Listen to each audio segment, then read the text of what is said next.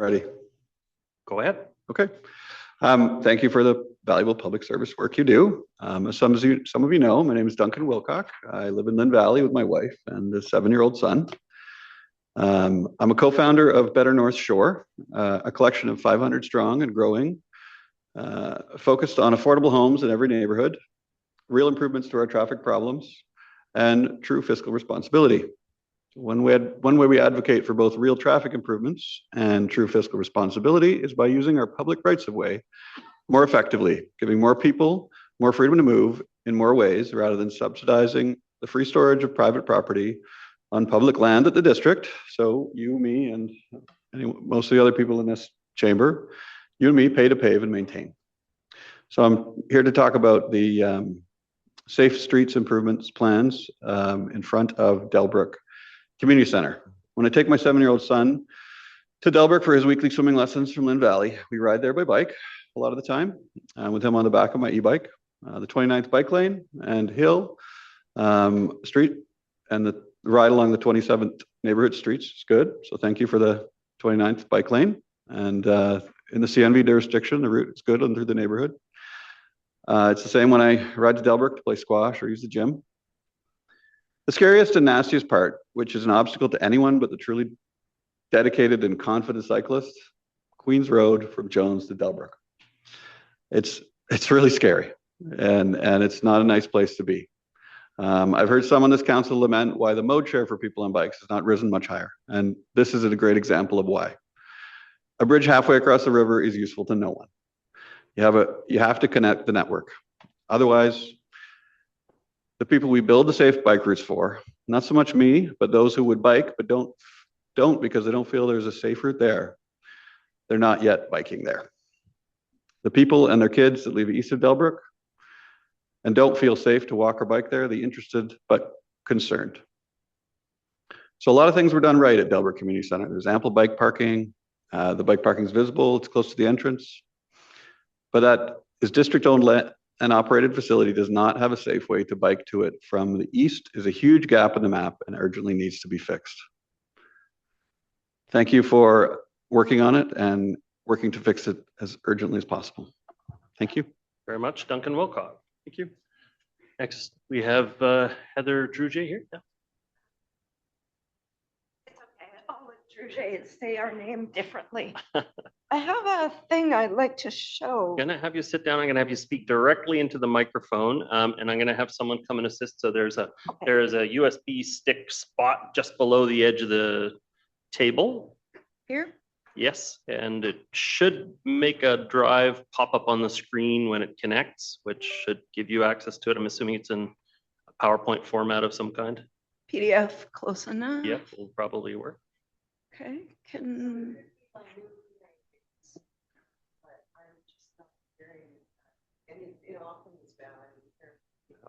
Yeah.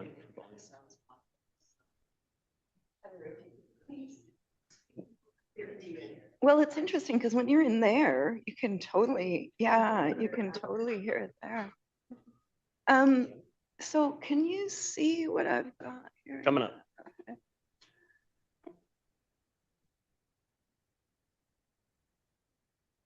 Is this a touch screen? Okay. Okay. It's not a touch screen, so I can't increase the size. Is there a roller on the mouse? Oh, thanks. If you roll the thumb wheel forward. How do I make that a little bigger? Oh, hit the plus sign. Very good. Okay, awesome. Okay, so we can start the timer. Thank you. Welcome. My name is Heather Druget, and I live in Central Lonsdale. I'd like to thank Council for considering changes to West Queens Road to improve road safety for pedestrians and people on micromobility devices like bikes, scooters, and skateboards. One of the goals of the district's transportation plan is to create active routes linking town centers with village centers. So that's the district's vision. And the way the mobility network is supposed to work from Edgemont to Lynn Valley is pictured up here. And I'm showing this to help people understand the broader context. So you can see over on the left-hand side, that's Edgemont, and over on the right-hand side, that's Lynn Valley Center. For the middle part, the mobility route moves along quiet residential streets, which is great because those are cheap to build or not even build, just sign. But unfortunately, there are no real alternatives from Edgemont Village to Larson or along 29th Street to Lynn Valley Center. So the busy 29th Street segment has already got a mobility lane, and there's a gap really basically between Edgemont and, well, I'm saying to Larson, you'd say to Jones if you're looking at the whole network. As the staff report points out, Queens has been in the North Shore Bicycle Master Plan for decades, and it's also designated on TransLink's major bike network and is therefore eligible for external funding. The Quick Build program is intended to help municipalities more rapidly develop safer active transportation networks. And there are two important things to remember about quick builds. One is that they're created to make people feel safer faster. And that's with a view to making a more permanent solution that can be implemented later. They're extremely cheap by comparison to more permanent solutions. And that's the second thing to remember about quick builds. This is not just a safety project for people riding or scooting. This project should help pedestrians as well, because mobility lanes create dedicated space for people riding and scooting. When people feel safe in their own lane, they're less likely to use sidewalks, thus improving pedestrian safety. And mobility lanes narrow the roadway, which encourages drivers to slow, which makes it safer for pedestrians to cross at intersections. Municipalities everywhere are recognizing that active transportation is an important contributor to reducing traffic. Queens is currently too scary to ride, fairly unpleasant to walk, and people living just blocks away do not feel comfortable walking or wheeling. If we make our communities more walkable, more rideable, and more bus friendly, requests for more parking should decrease. Thank you. Thank you very much for your comments. Next speaker I have on non-agenda item is Cynthia Young, joining us here in person. Welcome. Thank you. When you're comfortable, you have 3 minutes to address the council meeting. Yeah, fantastic. Okay, how close? Oh, not that close. Thank you. I want to make sure Catherine can hear me. Okay, thank you. Thank you for the opportunity to speak with you all tonight. My name is Cynthia Young. I'm the executive director of the North Shore Mountain Bike Association. I'm new to that role in June of this year. I live in Central Lonsdale, so I'm here on behalf of the NSMBA to say thank you to the district for your collaboration with us this year. We are a nonprofit, volunteer-powered trail association, and we care for the sanctioned trails on Cypress, Grouse, and Seymour, in part with the collaboration and cooperation of the District of North Vancouver. So I shared an email with all of you earlier this afternoon that is our year in review, because we just wrapped our 2025 fiscal year. And we had our AGM in November, and we're really proud of some of the accomplishments we made this year. And those include over 4,000 hours of volunteer time on the district managed lands on the mountain bike trails that are used by a lot of people, not just mountain bikers, but trail runners and dog walkers. We feel like they're a very important asset to this community. And so we put a lot of effort and time into fundraising, volunteer engagement, and with your support, that translates into a lot of hours on the trails. In addition to that, there was almost 5,000 hours of our paid trail crew time that went into the trails. So close to 9,000 hours from the North Shore Mountain Bike Association to care for this trail network. And we couldn't do it without the support and collaboration of your Parks Department, who are fantastic. And we're really excited for 2026 and ways that we can work with them to expand and enhance this trail network for all users. Our vision is trails for all, trails forever. So that means that we want to make sure that there's a trail experience for everyone and everyone feels welcome on the North Shore Mountains. So again, thank you so much, and we'll look forward to working with you further. Thank you for your comments, Cynthia Young. The next speaker we have is Hazen Colbert, joining us virtually.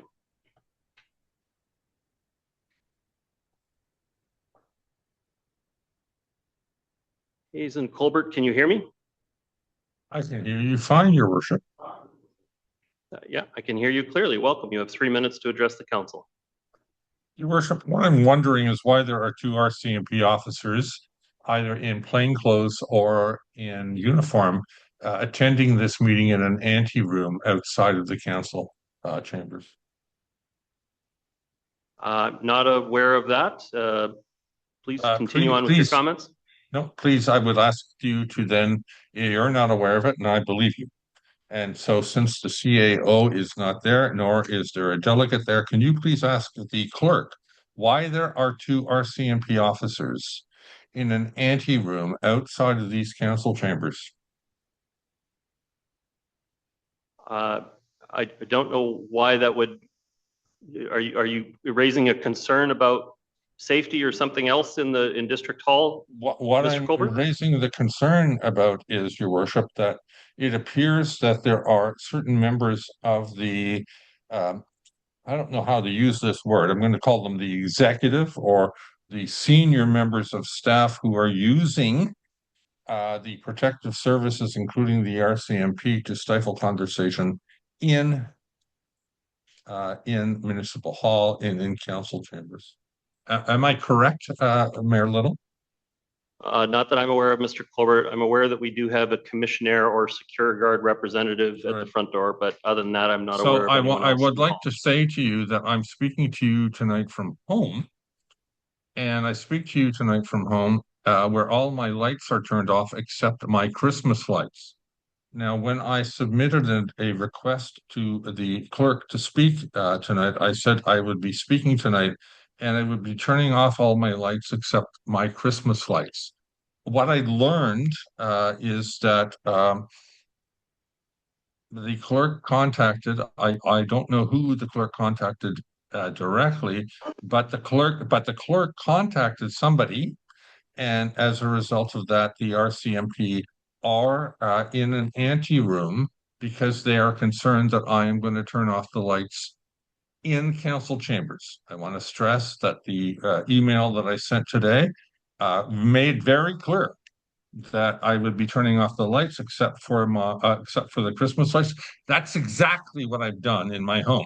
I'm wondering why it is that the fact that I've turned off the lights in my home except for my Christmas lights is a police matter. I don't know anything about that. Do you have any other comments for this evening's meeting? No. This is a serious matter. I'm very concerned why my statement that I would be turning off the lights. This is not Mayor Little, Your Worship. This is not a joke. The words are very, very clear. I stated I would be turning off the lights except for the Christmas lights. That's exactly what I have done in my home. But somehow that got sent to the RCMP with a request that they attend tonight's meeting. Mr. Hanson, Councilor Hanson, move away. Move. Your Worship, would you please cut this person? You watch yourself, sir. Can you pause it? Your Worship, would you please cut this person? I don't know that that's productive at this point, so I'm going to check. So I will just say that anybody is welcome to attend regular meetings of council. I will say that I understood that Mr. Colbert had wanted to observe World AIDS Day. And while we don't do official proclamations, we do recognize that over 44 million people have died from HIV-related causes, and about 40 million additional people in the world continue to live with HIV. And we, are just take this data, recognize the impact on them and all of those families and people still living with it. Mr. Stewart, did you have additional comments? Yeah, we have no police officers here. We have, somebody that is a commissioner, but we have no police officers. So this is just a bunch of silliness, in my opinion. So, all right. Thank you for your comments. Okay, the next, do we have anyone else? I do believe I have a hand up there. Okay, would anybody else like to address the regular meeting of council? Mr. Lesso, come on up.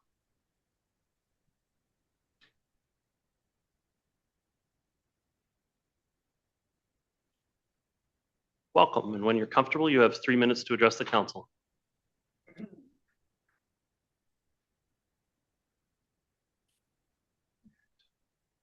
Good evening, Your Worship. Can you hear me? We're just bringing the volume back up, but yes, I can. Okay. Your Worship, members of council, John Lesso, 11-year resident of Edgemont Village. The last time I was here, I asked council to drive from here to the Lower Mainland several times a week, as I do, to experience the problems of congestion in the Lower Mainland and on the roads, and the fact that there is no transportation capacity study that has been done in order to alleviate the traffic. Now, I've heard some nice comments tonight about bike trails and all that stuff, but that doesn't make any difference. It is a very, very dangerous situation now, and it's only going to get worse. The only way I think you can probably rectify it is to quit densifying. That was my message. Now, back to Edgemont. There is a service station in the center of Edgemont, and it has been there for a long time. I've used it when it was a service station. They repaired my car. At one time, I think they even pumped my gas. They no longer do that. And in fact, I think it's going to be eliminated. I would suggest that you consider not doing that, because if you do, there will be no service station in Edgemont. Now, how does that contribute to the quality of life if you have no service station? A place where kids can get their bikes fixed, where you can get air in your tires, where you can do anything like that. You can't anymore. So I would urge you not to allow that use to continue. That is, I think they plan on building condos there, but perhaps I'm out of line in terms of what they're doing, but I think that's a very bad idea. And with my remaining time, I'll just like to suggest that, Corey Costa and I were classmates at IU, and I like Corey a lot. I'm not a Luddite, though, like some people would think, because I'm against EVs. But I'd like to mention that back about 45 years ago, I converted my vehicle to natural gas, which is a very, very viable solution. Unfortunately, there was not the will of the government to pursue that, and eventually it's gone. But I'm suggesting that electric cars, EVs, are not the answer. You may think they are, but they're not. So in the meantime, I would suggest you, number one, keep the service station open in Edgemont so that people can get service for their vehicles. And also to have a very Merry Christmas. We'll see you in the new year. Thank you, Mr. Lesso. Sir. Would anybody else like to address the council this evening? Virtual participants, anybody else like to address the council meeting with your hand? Okay, I don't see anyone else, so we're going to carry on with this evening's agenda. We have no recognitions, delegations, release of closed meeting, or committee of the whole report. So we're moving on to item 8, reports from council or staff. The first item up for consideration is 8.1, development permit 60.18-3568 and 3572 Mount Seymour Parkway.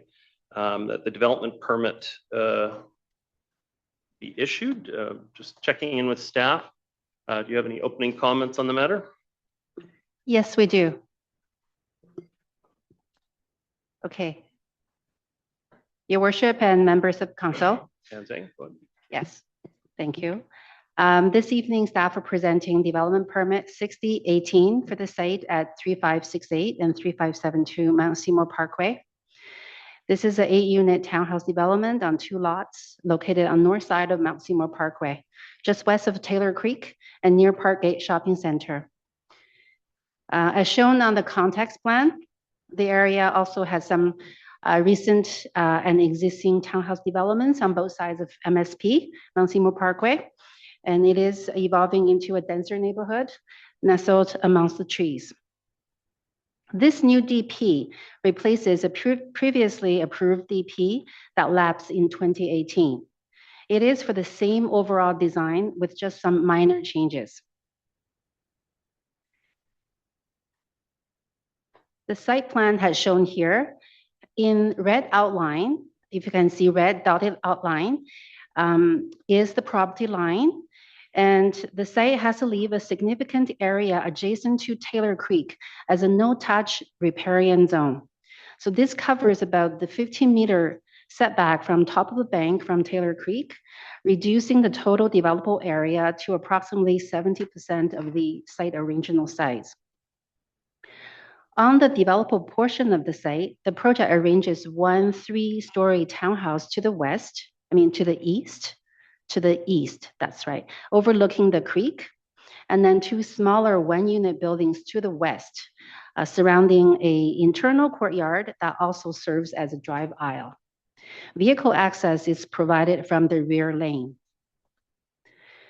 Staff have evaluated this DP application against applicable development permit area guidelines, that is form and character DPA, energy, water conservation, and GHG emission reduction DPA, streamside DPA, and wildfire DPA.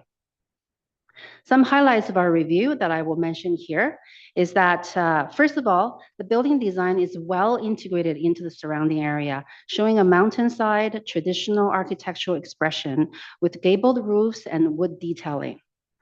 The westerly buildings are lowered in height to provide a better transition to the detached homes to the west. 2 units fronting Mount Seymour Parkway to strengthen the streetscape with landscaped front yards and pedestrian entrance. Maybe next slide, please. The design includes 18 parking spaces, including 4 tandem stalls that require minor variance. The minor variance is really supportable given the tight site condition and that there is no impact to the operation of the building or the coming and going of the residents. The rear lane has been designed to an alternative standard that showcases environmental sensitive design. It has the same overall width, but with a reduced pavement width and privacy screen and privacy fencing and the more permeable surfaces to address neighbor concerns and preserve more trees. Environmental protection has been a key focus of this project. In addition to the top of the bank area that is set aside, this applicant will do habitat rehabilitation for to cover a total of 1,242 square meters riparian restoration area in order to enhance Taylor Creek with native planting, invasive species removal, and amphibian habitat features monitored for 5 years by qualified professional. In terms of green building DPA, the project is designed to step 4 of BC Energy step code with a level 4 zero carbon step code, achieving all electric, low emission performance and meeting the district's sustainability goals. So overall, this proposal is compliant with the CD70 zone and various applicable DPAs, and development permit 6018 is ready for council consideration. And the applicant is also in the audience if you have any questions for them as well. Great. Thank you. Thank you. I'll be moving the recommendation. Is there a seconder on the matter? Councillor Ma. I did just have a couple questions first. I've taken particular note of the construction management plan, seeing as how we've had a lot of challenges as of late on the Parkway with another development further along. And I just wanted to note 2 things in there. One, it says under number 3, no staging or impacts permitted on Mount Seymour Parkway. That's a pretty wide-ranging statement, and I fully support it. I just wanted to highlight that we are not closing down lanes on Mount Seymour Parkway for the purposes of staging or any of the construction or delivery logistics. I just wanted to restate that, and that's your understanding that they will not be permitted to close any lanes on Mount Seymour Parkway during the construction of this project. Is that your understanding? Your worship, so at the beginning of the construction of the site, they will be required to open that lane. And so all the delivery of goods and construction would be from that lane. There will be no interruption in terms of the construction of the actual site. However, there will be road work along Mount Seymour Parkway, and there will be utility assessment along Mount Seymour Parkway. So there will be minimum interruption when the road network has been, the sidewalk and then the bikeway, but not the construction. Yeah, not the construction. And I would say a minimum about 2 months to a maximum of 3 months. Nothing like any other bigger project in the area. Okay. Yeah. You had me, then you lost me. 2-3 months of lane closures? No, I will not. Sorry, no. Let's be clear about that. No lane closures. No lane closures. Thank you very much. I just wanted to be clear about that. While they do the curbing and sidewalk on the south side of the property immediately adjacent to Mount Seymour Parkway, there may be some laneage interruptions while that work's going on.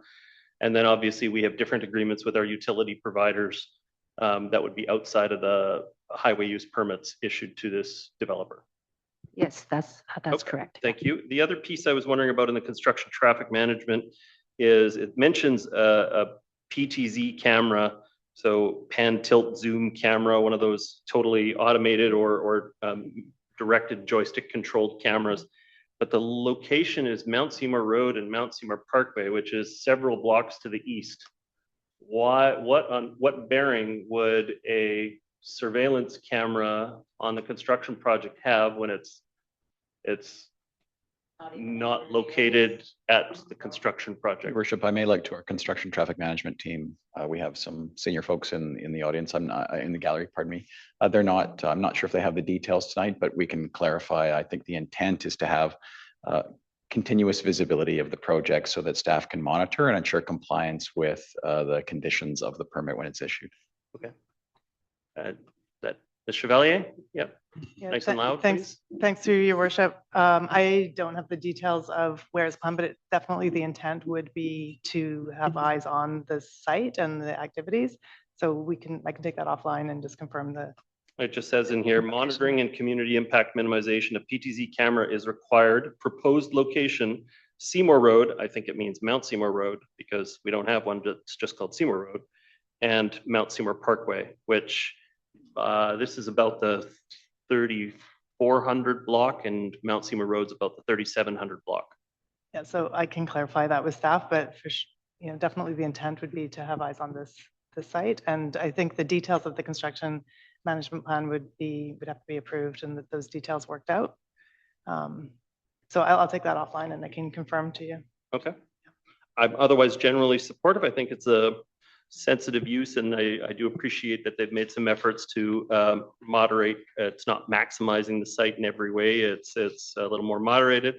I would be generally curious, what market conditions have changed to make this more viable than over the last 2 years. But other than that, I'm supportive of the DP issuance at this time. The seconder on the matter was Councillor Mull. Yeah. I'm supportive of this application. Even after a 9-year delay, it's a good sign that a developer wants to advance the project in the current market. I also like the idea that the project consists of 8 family-oriented town homes, and it fits in with the surrounding area. So I'm happy to support it.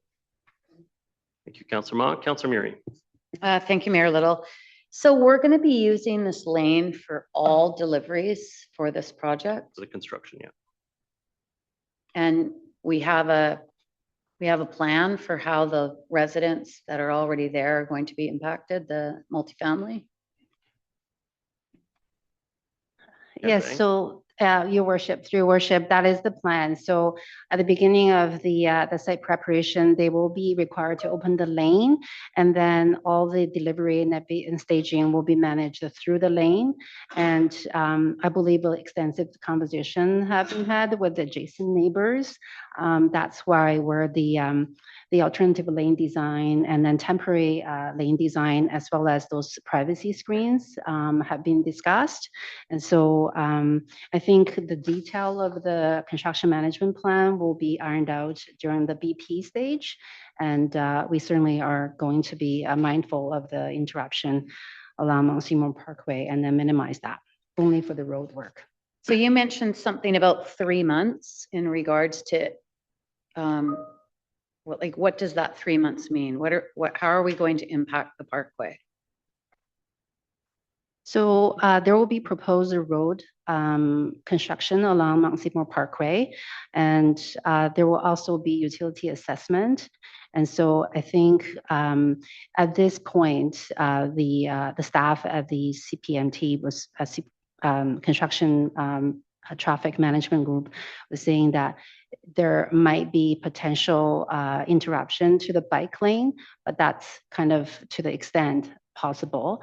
And then, all the other interruption would be minimized.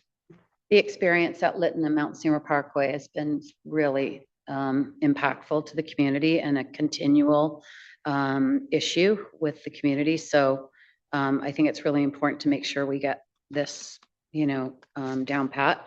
Why are we allowing a lay-by that's not for a bus on Mount Seymour at the entrance when we have a bike lane on the Parkway? So I think the lay-by is also a proposal that will be further sorted as the project moving forward. I think the lay-by is really proven to be very helpful for pickup and drop off and loading of residents, people, and whether this is the right choice for this location will be discussed as the project move forward, and engineering can report back on that. I'm wondering why it's an issue in discussion when it's on the plans and it's before us as a development permit. We've got a bike lane. The lanes have been shrunk in size. This lay-by is short. It's not even as long as the one on the west side of Parkgate or on the one across the street, which is a significant length. It's almost a block and a half, or probably 2 blocks long, on the south side of Mount Seymour Parkway. Here we want to shut down access to the Parkway. That's why we're opening the lane, and now we're allowing basically a driveway. So you're parked parallel to the sidewalk. We're also going to be shrinking the sidewalk at that section. So can you stop my time? Can somebody say something about that? When are we going to make a decision? I would assume at a development permit, this is what's going to happen, but it sounds like we're thinking about it still. I can start and then pass off the question to fellow staff. Just to clarify for council, development permits do not trigger offsite works. So developers may indicate an intent, but there's still a conversation that needs to occur with our engineering team that would evaluate the proposal to ensure that it's consistent with council's bylaws, so the development servicing bylaw in particular, but other related bylaws. I think what you're hearing from staff tonight is there's some detailed work to continue to go on, but if council had a particular concern about what they're seeing in these draft drawings, we can certainly take that into consideration when we come back and evaluate the full design of the offsite works. As I say, a development permit doesn't trigger offsite works. That's triggered through the building permit process. So I think we should understand what those offsite works are going to be. I note on page 45, it says approximately 10 DNV trees are proposed to be removed, and I see 10 little round circles on the drawing. So I'm assuming those are the replacements. But what trees are coming out of the rear of that property to be replaced by ornamental maples or whatever we're putting back in? And I thought it was 1 to 3. Zhang? Your worship, 10 DNV trees. I'm going to get you to speak directly into the microphone. Your worship, 10 DNV trees are proposed for removal for the construction of the lane, and 3 of those trees are large diameter trees that require compensation. The detail of the compensation will be provided at the tree permit stage. So we're getting money for the loss of the large diameter trees, and we're getting 10 replanted that are ornamental trees? Yes, the compensation would be detailed at the building permit stage, but So the compensation is money, yes. and we're not going to be replanting those large diameter trees? There are 4 proposed tree replanting along Mount Seymour Parkway as well. So they have been secured in the tree landscape plan.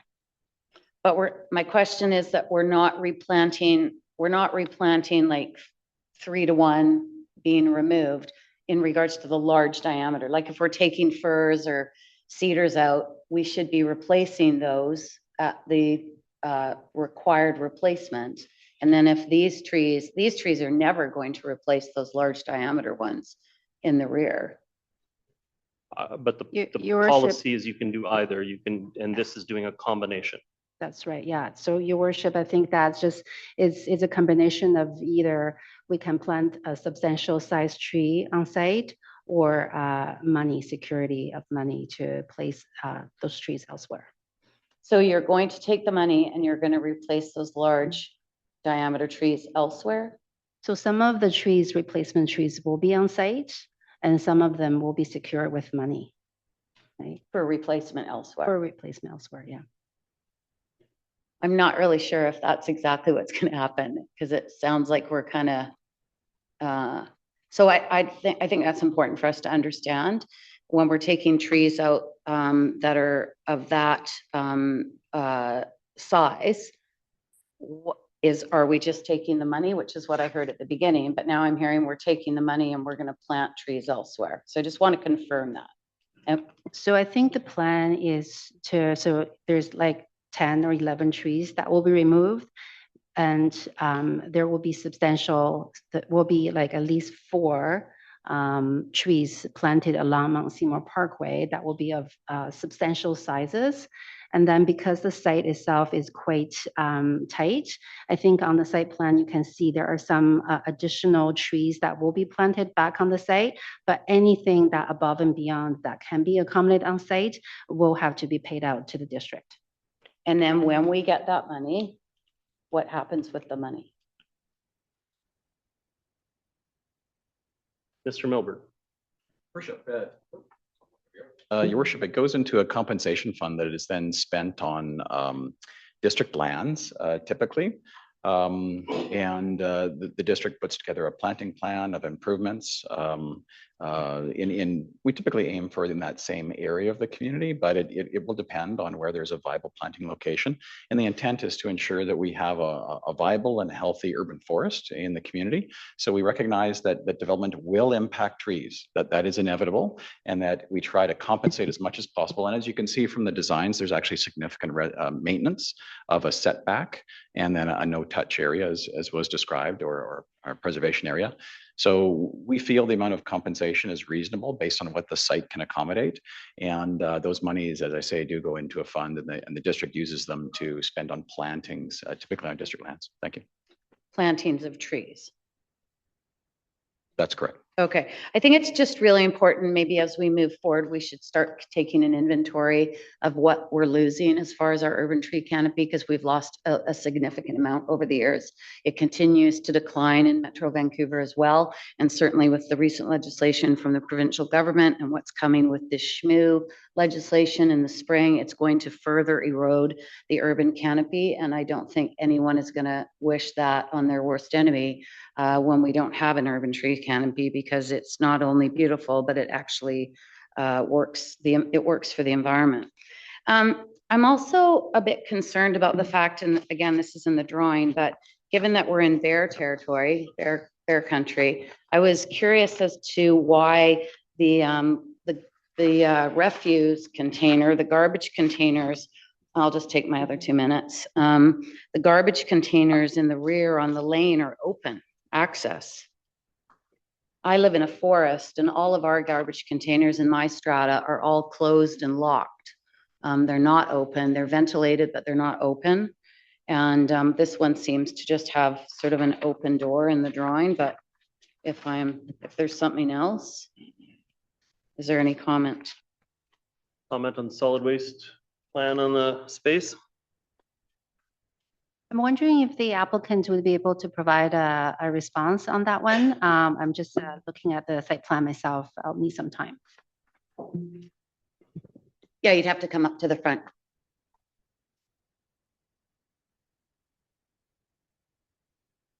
Welcome. Thank you. Yes, Your Worship. Yes, so in that design there, we would actually encase it. The plans are very preliminary. Once the project is actually far along, we'll have a more structured design around the encasement of the garbage containers. Right now, it's too hard to kind of determine what we be putting in that area, but later on, we would have a clear plan of that for sure. So is this what it's going to look like, or? I can't put the Oh. plan here. Yeah. Sorry, I didn't bring a plan with me. The drawings that were included in the report, Yes, that's the updated version in the report. Yes, sir. are they subject to change, or? No, not this time. No, Oh. unless they're required to change. You'd according to come bylaws. back. Yes, yeah. We can always come back and bring more comments back. Okay. Yeah. Okay. Council to staff. Yeah, but it's just interesting, if we're going to be given drawings and showing a design, there seems to be quite a number of things that are still sort of up in the air. It's hard to make decisions. Again, this is a new process that we're going through, where we don't really get a lot of detail. We don't get a public hearing. Christmas songs. So yeah, I am really concerned about the lay-by and the garbage and the trees. So if there's any update from staff when they can update us on this, I think it's important, because the last thing we need is any more surprises in the community. Can we get a clarification for how the lay-by will use, what will the curbside regulation on the lay-by be? Marilyn, I can't exactly answer that specific question, but I can add some more color in terms of the lay-by consideration from before. So building off Mr. Milburn's. You'll have to speak into your mic. So building off Mr. Milburn's comments before, the lay-by was something that was presented by the developer and not as a requirement from staff. We typically wouldn't do lay-bys on arterials because there's usually some operational matters, door swings and the likes as well, particularly when you have bike lanes and the likes as well. So for us, it's shown as an illustration that there still be some more technical work between engineering to making sure that that's even viable. If there's feedback from council that it's a concern, then that's obviously something we take under advisement from council in moving forward on the technical work. So we just don't have the room on that street anymore. The sidewalks are already impeded by the hydro poles in the middle of the sidewalk. That's been a challenge for years. So the sidewalks and the setbacks have already been reduced, and I really feel, given the width of the road right now with the bike lane, that we're just going to be creating a hazard there. It's different when there's that long stretch where a cyclist can move around one another, but that's a really short amount of time, and it can be dark in there, so I really think we should question that. It may be more convenient for the residents, but I just think that road is a bit scary right now. It's, people are becoming more used to it with the bike lanes, but I wouldn't want to add any more challenges to it. Thank you. Thank you, Councillor Murray.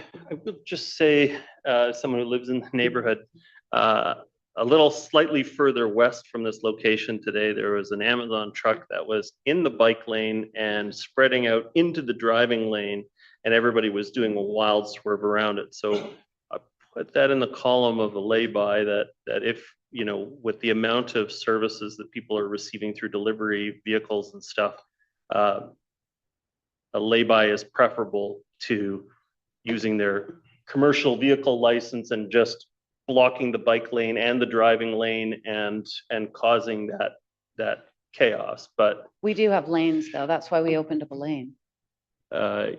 It's not an easy accessible route back in for a delivery truck, but but also Handy Dart would use the lay-by, and other services that would access the site could use it on that space. But well, we should start talking about policies in that regards, because on 29th, we've put delineators all the way down 29th. We don't want anybody, we had to spend money on putting a pocket parking area in, but this is not parking, and it'll probably turn into parking, I bet, because there's no enforcement. So I just think you have to be careful what you wish for. Don't see any other speakers on the matter. Prepared to call the question. All in favor? Contrary minded? Motion is carried. Thank you very much, Council. Okay, the next item up for discussion is item 8.2. This is the proposed amendment to development servicing bylaw 8145. And I was just going to ask the clerk to make a quick comment on it. Great. Thank you, through your worship. Just to note for council that the bylaw 8775 is being considered for first, second, and third readings this evening. So one of the earlier packages said just second and third, and it skipped first reading. So we're just making sure everybody knows it's first, second, and third, just as you'll see on the slides that have been prepared for the item. Okay, look to Mr. Bell for your comments. Thank you, Your Worship. I don't have a presentation this evening, but I will do a verbal introduction to the report.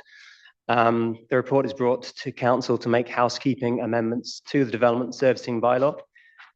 In April 2024, the Housing Statutes Amendment Act, Bill 16, amended the Local Government Act to expand and modernize the definition of works and services that may be required from land development applications, specifically building permits and subdivisions.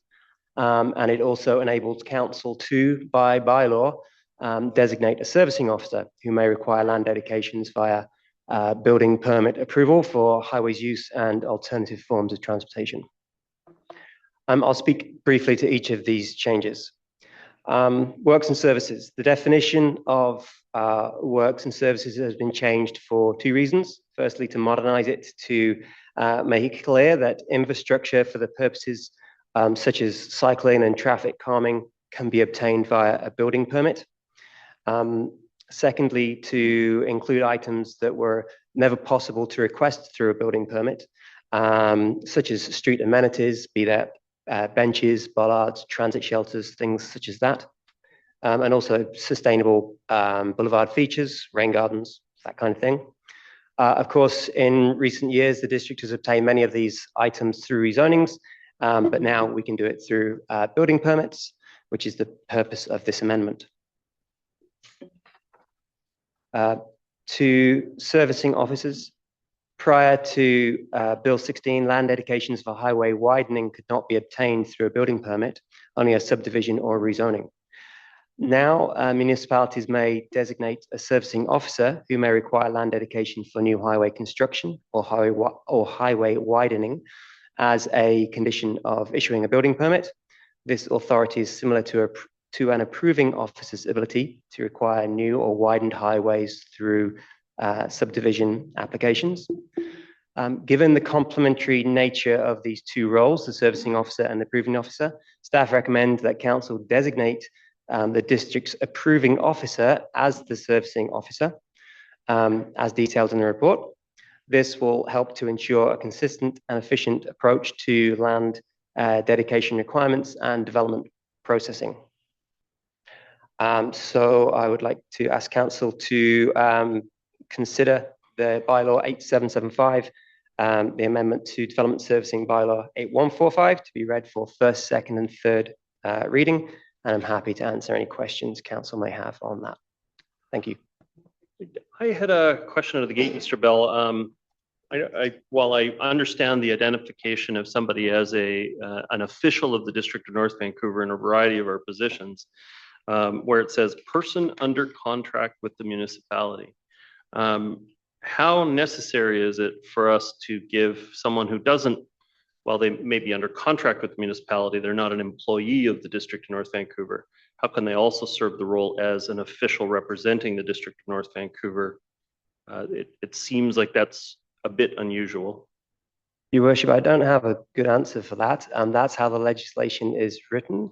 Dan may have a good answer for that. Mr. Milburn, on you. Thank you very much. The legislation was written to accommodate the needs of approximately 175 municipalities across the province. And in some municipalities, they have quite small staff complements, and they contract out some of their services, such as approving officer role. And so the legislation simply acknowledges that in some small communities that might occur. So that would be such as a contracted service where the municipality would then appoint that contracted person or position to provide that service on their behalf. That's not the way it's done in the District North Vancouver. It's designated through the Employees and Officers Bylaw as the General Manager of Planning, Properties and Permits, as the approving officer. The province of BC to put this in our legislation in this way, yet we could still maintain that we're not going to be hiring contract personnel, but giving them the authority of the District of North Van? That's correct, Your Worship. The section of the Act 513.2 that's quoted by staff is simply the enabling legislation. It grants council the power to choose amongst those bulleted options. And what we're recommending is that council choose the approving officer role to also be the servicing officer. So it's council's choice. That's just a list of options for council. But you're not obligated to select someone who is a contracted service. You can choose either a municipal engineer, the chief planning officer, individuals in sustainability equivalent positions, other municipal employees, and somebody under contract. So you actually have a really wide opportunity. You can select those positions designated by council or somebody by contract. That's all the Act is saying. You have significant choice and leeway in which to decide. The way council has decided for approving officers through the Employee and Officers Bylaw, and we're recommending that the servicing officer in this circumstance be designated to the same position, the General Manager of Planning, Properties and Permits, who is the approving officer. It's myself, by the way.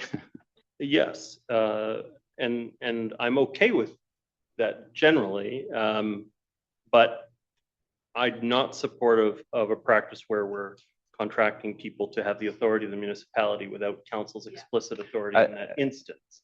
Correct. And so that's not what's being recommended by staff. What I've heard from you is that today council has that option, but you're saying that before we would give that authority to someone else, that authority would come from council at a future decision. It would not come from the approving officer delegating that authority? Correct. Yeah, council must actually make these decisions by bylaw. So that actually isn't a delegatable decision. Okay. Thank you. I can accept that future councils may or may not have to make that decision, but that's not something I'm going to be support. I'll support what's in front of us. I don't intend to extend it to contract workers at this time. Maybe something significant will change over time, but I'll be supportive of the recommendation. Is there a seconder for the recommendation? Second by Councillor Murray. Any further comments, Councillor Murray? Okay, I'm prepared to call the question. All those in favor? Contrary minded? Motion is carried. Thank you. Engineering would love to have.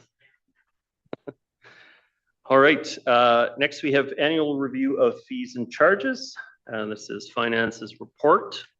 And again, we're gonna start by saying this was again a typographical error. It is actually for first, second, and third, not as was printed in the early edition of the agenda, just for second and third. And so that's corrected up on screen, and just sharing that with everyone that this has not been considered by council previously. We have a representative from finance here to make opening comments. I believe there's about a 5-minute presentation or a 2-minute presentation. Yes. Your Worship. Mr. Daniluk. I was just going to mention, thank you, Your Worship. The annual review of fees and charges is an important step in the budget process, especially this year. And Ms. Gale, our Manager of Financial Planning and Reporting, completes this review, and she has some opening remarks to share with council. Okay. Thank you, Rick. Nice and loud, Jazz, if you could. Okay. Good evening, Your Worship and members of council. This report summarizes the annual review and establishment of fees and charges for 2026, completed in alignment with best practices, cost recovery principles, and the equitable delivery of services in the district. So as you know, as a general guideline, services that benefit the broader public are funded through property taxes, while services that benefit individuals are funded through user fees. And each year, demand for services continues to grow.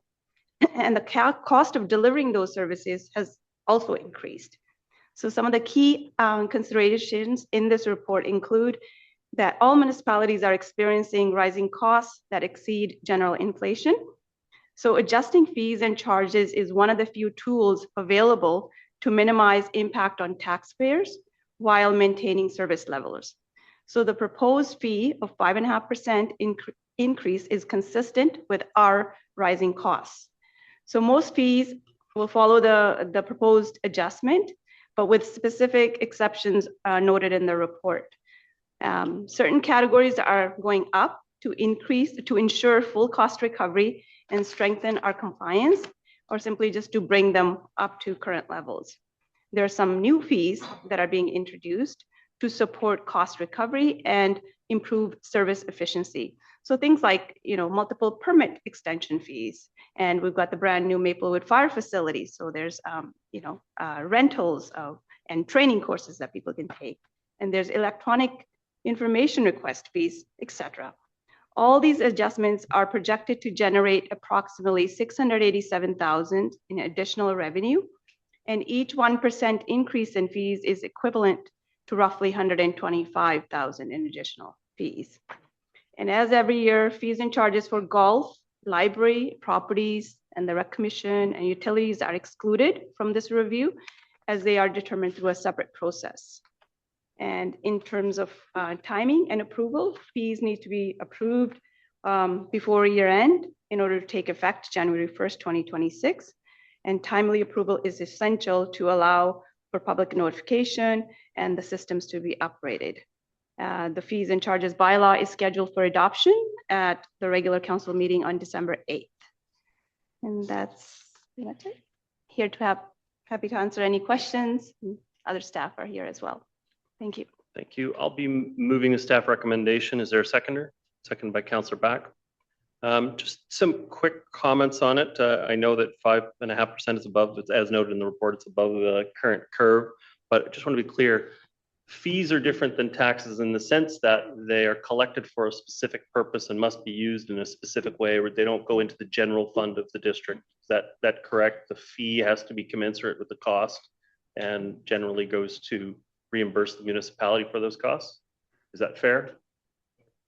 That's great. Thank you. Are we allowed, I guess the question would be, to contemplate future costs within that area and apply them to a fee? So an example is the wharfage and anchorage issue is, it's very laughably modest how much money is actually collected from the wharfage and anchorage. But we will either have to let our wharfs decline to the point of them being removed and losing that capacity, or we need to collect enough from the wharf and anchorage usage in order to be able to maintain in good repair those services that support those functions in the municipality. I guess my broader question is, why is our fee not representative of cost recovery for the replacement and maintenance of that specific infrastructure? I don't know if that's for Jazz or Rick. Mr. Daniluk?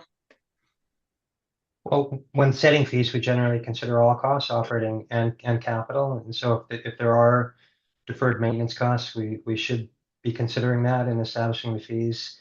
And if the fees are currently low, then absolutely that's something that we should be taking a hard look at and bringing back to council. I would hate to lose our public access to the foreshore spaces, but I also think that the primary users should be largely as they are largely the benefactors, they should be largely the contributors to it. And so I do think that our wharfage and anchorage should be on cost recovery to cover that infrastructure. And wondering at what point in the financial planning process do we enter that in and see what that would look like to cover our costs in this area?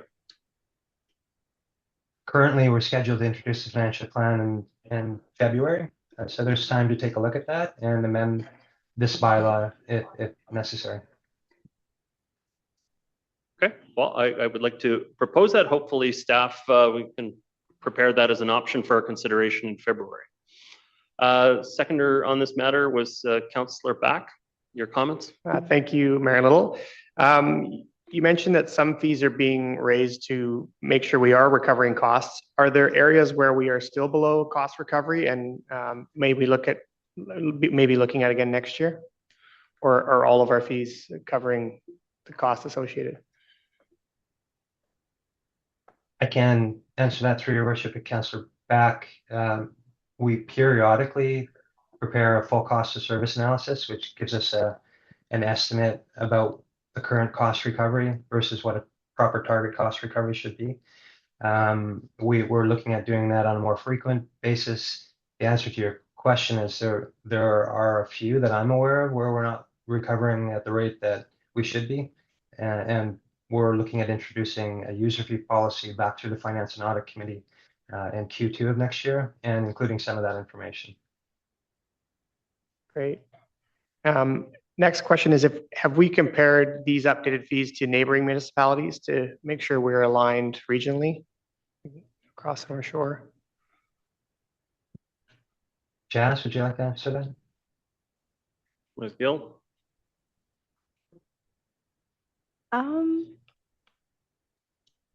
I believe that's our. Okay. I think so. I think that's one of the. I can take it. It's one of the things you're studying for the February meetings. It is a standard practice, and so it's not as thorough as we would like. Recreation is a good example of a very thorough comparison, and we do need to improve how we compare regionally. But it is a question that we ask the staff through the process that's initiated late in the summer, and where they do consider comparability of fees across the region. But we can get more thorough in that comparison. That's great. Thank you. Yeah, thank you. Councillor Murray. Yeah, I think it's important that when we're looking at these fees, we do look across the region to see if we're sort of competitive. I was looking at the Anchorage fees myself, but Anchorage depends on where you are. You can be in a marina, you can have full power, security, facilities to use, or you can just drop your boat at a public dock and pay whatever the wharfinger is going to charge you. So they vary greatly depending on the service. To recover any kind of fees at our facilities to somehow, get to the point where we can put that money into the capital needs of those docks. I think we're going to have to think a little bit outside the box. We are on an inlet, we are in a fjord, we are water, and we need facilities to be able to bring people on the water into our community. We're almost going a bit backwards. In the 30s, there were ferries going up the arm, dropping people off from Vancouver, passenger ferries. And you can look at any major city in the world that is connected to bodies of water like ours, and they utilize those bodies of water far more efficiently than we do. So I hope that we are working on a financial plan to maintain those docks and maintain those access points for people to use, because I think it's one of the ways that we're going to relieve some of the congestion that we've got that the car creates. So I'm, as long as we're competitive, I look at, the community groups, and I know that there's an ongoing issue with local community associations that want to use our public facilities as far as, accommodating their AGMs or their community association meetings. And, we're seemingly having to make calls every time a community association wants to use one of our rooms. Because insurance is an issue for them. It can be hundreds of dollars for a meeting. And we're still sort of working on those policies. So we want people to gather, we want people to come together, and certainly community groups are doing everything volunteer. There are nonprofits like NSMBA that, they have membership fees to join, and it's a bit of a different model. But there's a lot of organizations that are purely voluntary, and they do have a challenge accessing some of these spaces. So I'm not even sure if they are picked up in this schedule of fees and charges. But I do think that there's some work that we need to do on some of this. And we also need to keep in mind that we don't want it to make it unaffordable because everything's going up and it's all cumulative because there's only one taxpayer. Okay, thank you, Councillor Murray. Councillor Hanson. Yeah, thank you very much. My comments are somewhat along the vein of Councillor Murray's there. I do support, but at the same time, I'm aware that the increase is greater than inflation at, excuse me, 5.5%. Going forward, I do hope that we can bring our increases in fees and charges nearer to the range of inflation.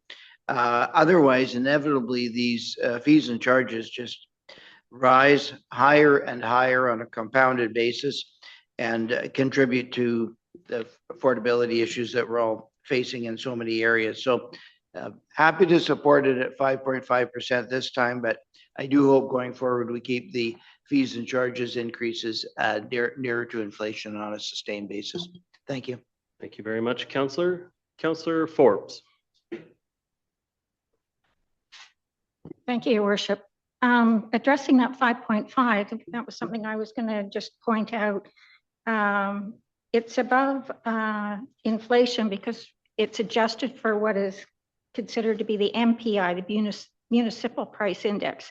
And that's because we have collective agreements, impacts that we have no control over, and they result in higher labor costs, construction material inflation, which continues to outpace consumer price index, increases in fixed and contractual costs such as utilities, insurance, and tech systems that support service delivery.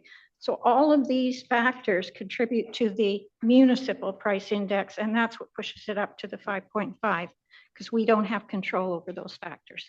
So I just wanted to bring that forward. And one other thing, I just like to give finance a compliment, because I went through and read all in the narrative, I went through and read all 30 charges and fees.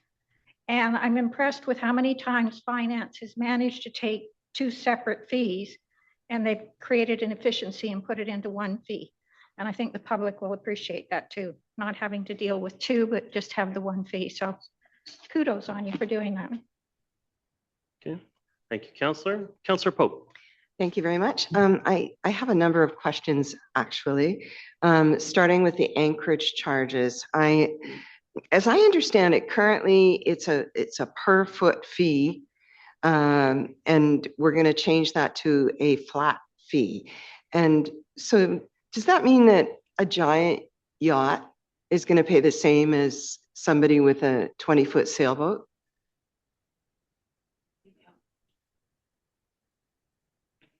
Through your worship, Councillor. Mr. Daniluk. Through your worship, Councillor Pope. I might ask Caroline Jackson for her comments on that one. And we also have Sasha Jones available online. She might have some thoughts on that. Generally speaking, with I Ms. think we're trying Jackson. to, yeah. Do you have that? Yeah, through your worship, the just getting the information here, just one moment. The wharfs have a maximum size of 36 feet only. Oh, sorry, the wharf's length is 36 feet. So you wouldn't typically have a really large vessel. Sorry, the maximum size is 36 feet? Is that what you're saying? Yes. Yeah. Okay. Yeah.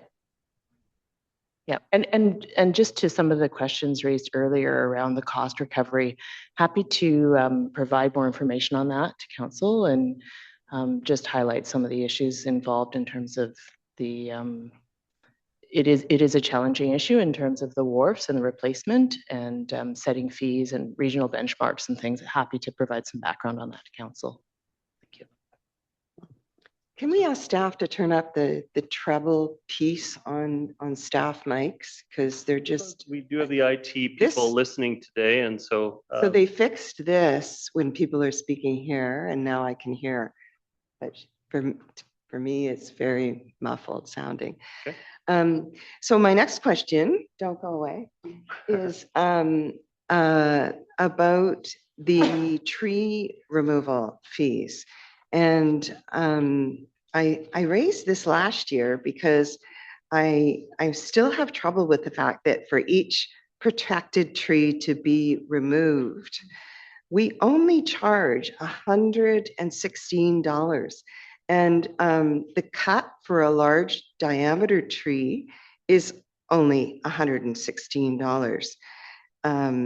And to remove a large diameter tree, as in old growth, it's only $581. And I think that may be comparable to other municipalities, but given how much we want to preserve trees here and the tree canopy and how important it is to the environment, I honestly don't understand why we don't triple that fee. And I wonder if you wouldn't mind explaining to me why it still remains so low and if that could be adjusted. Yeah, through your worship to Councillor Pope. So those are the permit fees, but the removal of protected trees require a 3-to-1 replacement, and that's $1,200 per tree. So if you take out one tree, you pay for 3 new trees at $3,600. It's just that that's the fee for the permit. So it's actually a much higher fee overall when you think about it.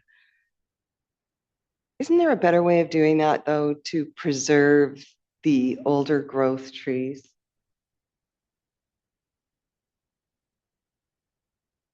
Not sure, Councillor Pope, how you'd like me to answer that question. It's a policy question. Yeah, I'm not sure how to rephrase it, really. I just think that it should be looked at. It should be considered for an increase in fees because it's important to us. It's important to our community. And this does not reflect that. I can see Mr. Miller is Milburn. I will just say on the political side, before I go over to Mr. Milburn, the last time the matter was debated, it was decided that instead of strengthening the restrictions on private property, we instead strengthened the protections and restrictions on the public property trees, recognizing that these fees would be for the private property trees that are being removed. And so those trees are all protected on public lands in the District of North Van, and we do our best to retain large diameter trees throughout the municipality. Mr. Miller. Yeah, just to clarify for council, the fee is actually limited by provincial legislation, which says that we cannot charge greater than the estimated average cost of processing the application. So the administration, advertising, other things, we have to only charge the estimated average cost for land use permits, of which tree cutting permits fall under. So one more thing to lobby the provincial government about then. Okay. My next item is on the issue of outdoor sports facilities. And I noticed there's a bunch of rates and charges here for all outdoor facilities. And is that in place for next year? Because I know the sports groups haven't all been consulted on this. Yes. 0%. Yeah, through your worship, there's an ongoing conversation and work underway with the sports groups on that particular piece, and we'll be bringing forward further information on that. Sorry, we'll be bringing forward further information on that. I don't know if Mr. Danilek has additional comments to make on that particular piece, but there's a number of us on the staff team that have been working very closely, folks from MDRC, folks from finance, to really review the fees and the allocation and determine an appropriate model and moving forward. I'm just wondering about the timeline for imposing those fees, because many of them have already the memberships have been purchased for next year. Yeah, it doesn't include any fees. It's a 0% change from last year's fee. Yeah. It's not adjustable. So it's pretty. It's the same then. Yeah. Status quo on that. Yeah. Okay, thank you. I didn't quite hear what I'm having it. Apparently, I didn't spend enough money on getting my replacement hearing aids, so I'm having lots of problems. I'm there with you, Councillor Pope. Those are my questions for that section. Great, thank you very much. Next, I have Councillor Murray. Because we're focused so much on trees that we should probably also look at a complete review of our tree bylaw going forward, given this impending, looming, glooming legislation that's going to have such a detrimental impact on our canopy. Metro Vancouver is undertaking a study using existing data in regards to the loss of the tree canopy, and they're going to be working in the next 6 to 8 months to put information together that will be forwarded to the provincial government in regards to the impacts on the urban tree canopy because of this legislation and the unintended consequences. And it's quite serious and very significant to how we function as communities, especially when you live on a mountain and they soak up so much of the water that we experience on a regular basis. So I think that we should focus on a revised tree bylaw and fees going forward. Thank you. Just by way of notice to members of council, we do have a workshop scheduled for January. I believe it's 19th. Sorry, I don't have my glasses on me. For January 19th to discuss Bill 25, and for council's awareness, Bill 25 received royal assent. So that has just occurred. We received notice today that I became aware of that. So there will be an opportunity for council to raise issues with respect to the potential impact to the community. And of course, there will be ongoing conversations leading up to implementation of Bill 25, which is scheduled for June of 2026.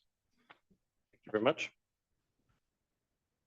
I did just have one further question on the fire services fees for motor vehicle incident, that number going from $147 up to $425. Is that a number that's covered by insurance? So your car catches on fire and the fire department has to come and put it out. Is that something that's covered by your car insurance, or is that something that the person who's... I can speak to that. I don't know, but so I don't think it's specific to the brand. Mr. Danks, Chief Danks. Thank you for your question, Your Worship. I'm not aware that we have recovered fees from ICBC, but we're certainly going to try. And the reason that fee did go up is it was not covering the costs that we were incurring to send inspectors or investigators out to those scenes. Okay. And so we haven't tried to claim this back from ICBC in the past, but is this a fee that other municipalities have been successful in claiming back from ICBC? Not that I'm aware of, but there's a lot of talk about attempting to do that through the Greater Vancouver Fire Chiefs Association. So that's something that we're definitely willing to try. Okay, thank you very much. Yep. I see no further speakers on the matter. Prepared to call the question. All in favor? Contrary minded? Motion is carried. Moving on to item 8.4. This is the 2026 utility rates. Look to finance for opening comments. Thank you, Your Worship. At the November 17th utility rates workshop, Council received an update on the revenue required to operate the utilities today and over the long term, and on projected rates over the next 5 years. Staff also shared major future initiatives aimed at reducing impacts on ratepayers. This summary report presents the proposed 2026 utility rates discussed at that workshop, including a combined 7.4% increase for a typical single-family home. The proposed rates align with Council's objectives of maintaining assets in a state of good repair, stabilizing rates through the use of reserves, and passing through Metro Vancouver charges directly to ratepayers. Following last year's update to the North Shore Wastewater Treatment Plant project costs, Metro Vancouver's North Shore Sewer levy is projected to more than triple by 2029. In 2026, the district's share of the sewer levy will rise by 6.4 million to 35.2 million, and is forecast to reach 52.8 million by 2030. The district will use its reserves to smooth impacts from these increases on ratepayers between 2026 and 2029. In addition to these changes, the district also faces additional cost pressures expected through Metro Vancouver's phasing in of wet weather pricing, which was also discussed at the workshop on the 17th. And staff are planning on returning in Q2 of next year on options to mitigate the impacts from wet weather pricing. The utility rates before council tonight reflect previous discussions and require approval before year end in order to take effect on January 1, 2026, and to provide the appropriate notification to the public. And with that, I'll turn it back to the mayor. Okay, thank you, Mr. Daniluk. Members of council looking for your direction on the matter.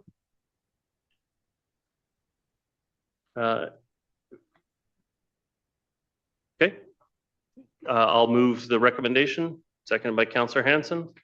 I don't have much else to say. I mean, obviously, as seen on page 148 of the package and item 2, this is that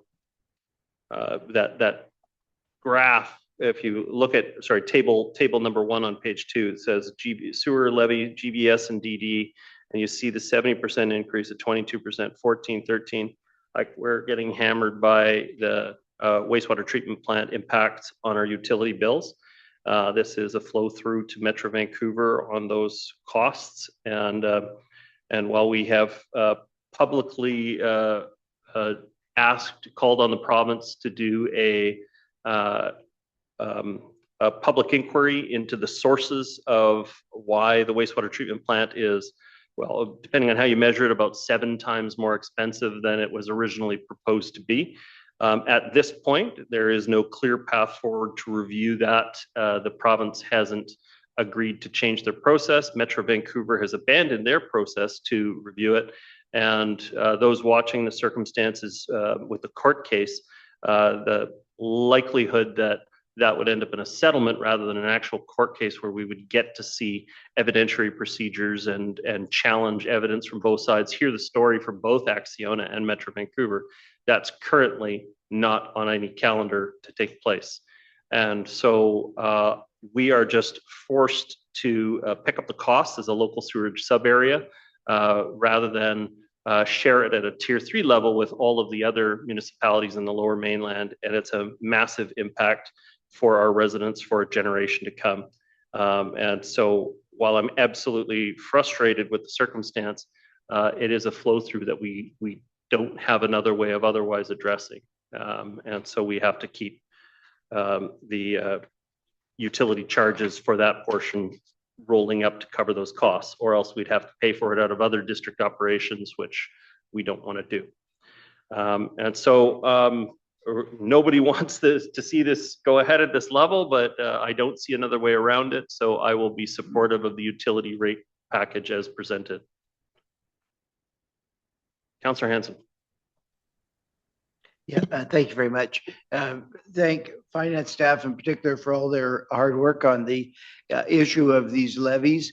I know this is a matter that has been debated and discussed in workshops prior to this. I do support the 7.4% combined utility rates increase, as has been noted by Mayor Little. The major driver here is the district's contribution to the Metro Vancouver sewer levy, and the major driver there is the North Shore wastewater treatment plant and its overrun. One issue that I do wish to highlight is that in order to keep the rates at this level, 7.4%, we've had to incorporate a plan that involves taking $16.8 million from reserves and applying them to the years 2026 through 2029. So in short, past taxpayers have worked hard, paid their taxes, and we've put that money in the bank, and then we're using that to mitigate the effects of the North Shore wastewater treatment plant debacle. So the situation is even worse than it appears. I just think it's important that we remember that we are in fact reducing reserves by $16.8 million. It's not quite the same as taking a debt, but it has the same impact. It's removing that financial resiliency that we had and applying it to this circumstance. With that said, I am confident based on the discussions we've had and all the information that comes before us that a 7.4% utility rate increase is required in the circumstance. And I do give district taxpayers some hope, because going forward, some of the effect of the North Shore wastewater treatment plant is starting to be, it reduces itself somewhat going forward. So it's not to say these levies are going to decrease. They're going to continue to increase, but the rate of increase is going to somewhat stabilize as we get closer to 2030 and beyond. So those are my comments. Thank you, Councillor Hanson. Councillor Murray. And I think when we originally decided to smooth the rates many years ago in order to offset the cost of a project that might as well have been 4 billion when we were talking about it years ago at 600 million. Those reserves were set up for just that, to offset those costs. So we leveled all of the increases out so we could take some money, put it away, and then manage those higher costs when the plant came online. Of course, we didn't know then what we know now. And certainly it's a fraction of what we're facing as we go forward.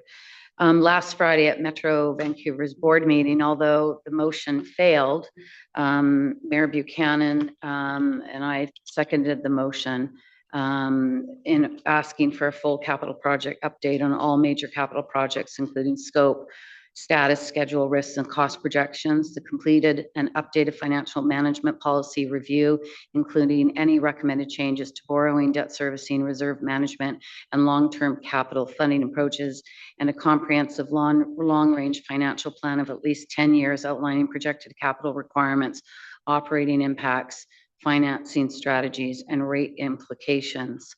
That motion the first motion was defeated because we were asking for deferral on the proposed $5 billion multi-year borrowing bylaw that was in front of us.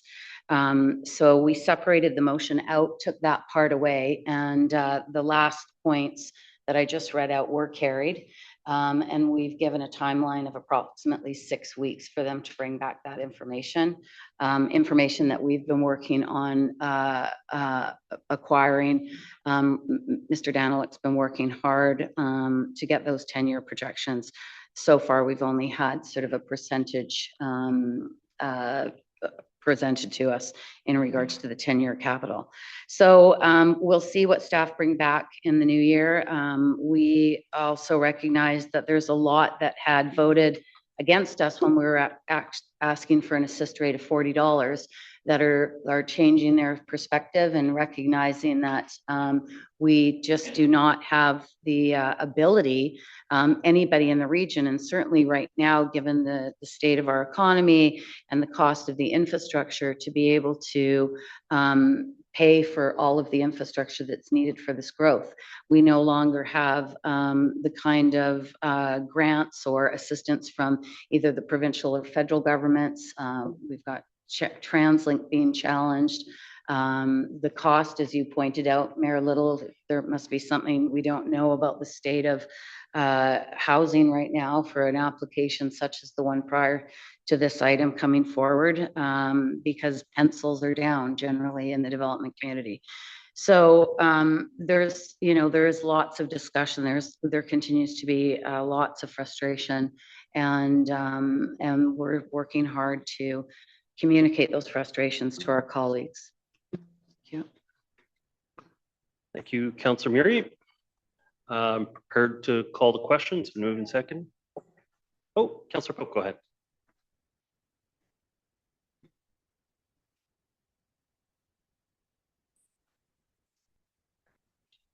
Is your microphone on? No, it's your ears. Yeah, good. Quick clarification before my time gets started. So the 2026 sewer costs will be rising by $129 for single family homes. What's the point of clarification? I just wanted to confirm that that's correct, that is the amount. Over 2025. It's $129 more this year. Mr. Daniluk. My apologies, through your worship, Councillor Pope. I don't have that information at my fingertips. I believe it's 178 in total for the single family home. I could try and find that information, get back to you. Yeah. 170, yeah, I think that's a really important number for people to understand this year going forward. Thank you.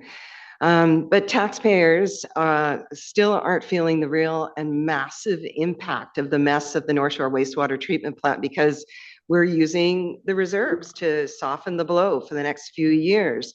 And so I also want to know, what would we have to pay if we didn't use the reserves? Through your worship, Councillor Pope, again, I don't have that information at my fingertips, but suffice to say it would be substantially more. We're using $16.8 million to smooth the impacts over a 3-year period. Yeah, so we are essentially bailing out Metro Vancouver for mismanaging the North Shore wastewater treatment plant and a $3 billion cost overrun. It's been almost 2 years since we first found out about Metro's $3 billion cost overrun, and nothing has changed. All of the people on the board of Metro Vancouver who were responsible for overseeing the budget of the North Shore wastewater treatment plant are still there, including a few who are sitting at this table. There is no accountability for this mess at Metro, and taxpayers are still on the hook for it. Fortunately, this council has supported my motion for a public inquiry into the North Shore wastewater treatment plant, a request that the provincial government has so far ignored. This council also endorsed my motion to request the province enable the utility bills to be deferred, which the province denied. And now Metro wants to start charging us more when it rains, so-called wet weather pricing. On the one hand, they want all of the water that comes from the North Shore to be distributed to other municipalities and all pay an equal amount for water. But on the other hand, we alone have to pay for infrastructure upgrades needed to accommodate all that falling water. And I honestly can't understand why more people in the district aren't getting furious about this. And the only thing I can think of is that it's because of the fact that we are using our reserves to cover Metro's asses on the cost overruns. Oh, I mean, cover their assets on the cost overruns on the North Shore wastewater treatment plant. Thank you. Thank you.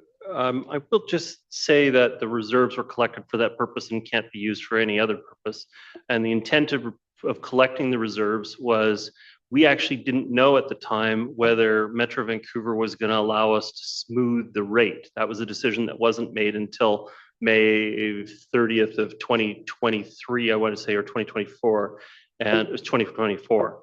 And so when that decision was made by Metro to scale it in over 5 years, it did sort of make our own rate smoothing plan a little bit redundant. But had they chosen to front end load it all at once, then this fund probably would have been more effective at smoothing out the impact. But you're right, we're not seeing the full brunt of it because we saw it coming and set aside the money for that purpose. We saw the $3 billion overrun coming. We saw the increase to the utility bill being going up quite dramatically, and we started saving money to smooth the rate. And I will just correct one other piece. Neither Councillor Murray nor myself were directors of Metro Vancouver or on the water committees at the time that contract was entered into.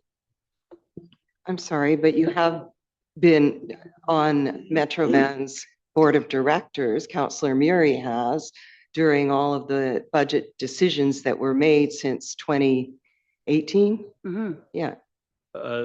No, but not including the hiring of Acciona, which I think is a really key point. You've made great points in the public about that issue, and not the hiring of Acciona. That was in 2017, before either of us. Everything since. Yeah. And yourself, you've been on the task force for the North Shore wastewater treatment plant, and the review of the $3 billion cost overrun on it, and approved those budgets to go forward to Metro Van. board of directors. So The budgets yes, weren't two approved people at the sitting task at force. this table have a lot of responsibility and accountability for why we've ended up in this mess. To be clear, we also have an oath of office that stops us from being able to talk about the private affairs of Metro Vancouver. And so it's been challenging for both Councillor Murray and I to have the burden of being at those tables and also not being able to communicate full information about that, which is why I've been extremely supportive of a public inquiry into the matter, and frankly wanted to see the court process actually play out so that we could get evidence that was challenged by both sides. But I take your point. Yes, both Councillor Murray and I have been a part of the Metro Vancouver board. I'm not disputing that. Okay, any other, Councillor Murray, you want to comment? Well, yeah, I do want to comment because I think there's, you know, some interest in pointing fingers. And I go to that board table and fight for this municipality every time I show up, which is every meeting I'm requested to attend. You know, the community and those around this table and those around every table in the region need to understand that those decisions were made by a collective group of elected officials. And half of our colleagues in the region did not see that it was their responsibility to pick up the tab for the North Shore under the existing allocation. We argued that for hours. We, you know, we couldn't have done any more. There is, as I have said over several meetings, there are some municipalities that are actually reflecting on that decision and recognizing that maybe they could have looked at it differently. But at the time, the allocation was in place because the North Shore 35 years ago, when they were asked by the Greater Vancouver Regional District if they wanted to go to a single sewage district like water, the North Shore, their answer was, no, thank you. We're not growing. So we don't want to go to a single sewage area. And some municipalities in Metro Vancouver, and I think it was unfair, and I told them this, that, you know, under any other circumstances and infrastructure like Anasis was being used, it went over budget. Well, it certainly didn't go $3 billion over budget. That was the normal course. Can you stop my time, please? That was the normal course of that situation. But this one was such an egregious amount because of multiple factors that it was not fair for us to shoulder that responsibility. So there's a lot of information that, unfortunately, as the mayor has put it, we cannot share with you. We would love to share it with you and the public. We are not able to share it. Just like you are not allowed to share in-camera information in this municipality with the public either. So we are doing our best to push back at Metro Vancouver and to shift where we are. It is very challenging. We have other municipalities that don't agree with us, and we have a lot that do. And we continue to work with our colleagues to try to get them to a place where we can relook at this allocation over again. I am a taxpayer in this community. I have been for decades. All of us are, whether we rent or own, and we are all burdening this cost. And I certainly don't come to work here because I think it's okay for my municipality to pay thousands of dollars in sewage treatment plants because we don't have sufficient funding from the federal government. We do not have sufficient funding from the provincial government.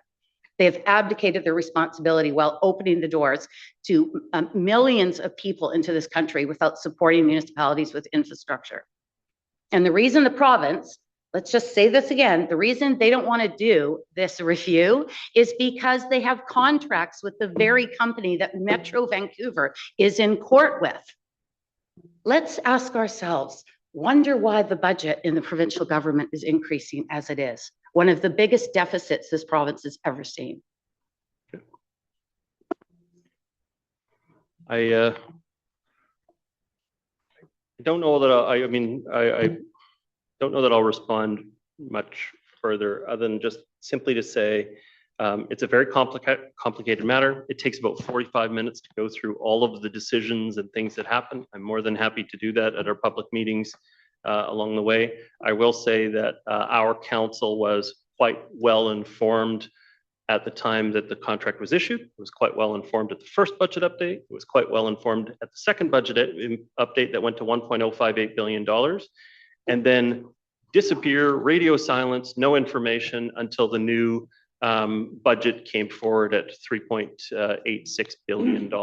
And so it was as much of a shock to myself and Councillor Murray as directors of Metro Vancouver as it was to the public, and we fought for it to be released to the public immediately. So anyway, I think that's been enough of a discussion on that. The reality is the item that's before us tonight is really just an information piece about the impact of those items. It's been moved in second. We've had a good discussion, prepared to call the question. All in favor? Contrary minded? The motion is carried. Thank you, Council. May I suggest that the next items 8.5, 8.6, and 8.7 are all rather related, and I'm prepared to move all three and put all three on the floor at the same time. 8.5. 8.5, 8.6, and 8.7. So it's been seconded by Councillor Murray. And so check in with staff. Can you comment on? I'm opposed. Sorry? I'm opposed. That's fine. You can be opposed to them. That's fine. But it's on the floor together. You're still welcome to vote against them separately if you wish to. I'll check in with staff now. Could you do your introduction based on all three, 8.5, 8.6, and 8.7, please? Your Worship, I have no further comments on the three bylaws. I covered those in my summary comments, although Ms. Chevalier might have additional comments on the bylaws. These are the enabling bylaws to put those fees into action. Is that correct, Ms. Chevalier? That's correct. And there's no additional information no from additional staff? Information. Thank you. Okay.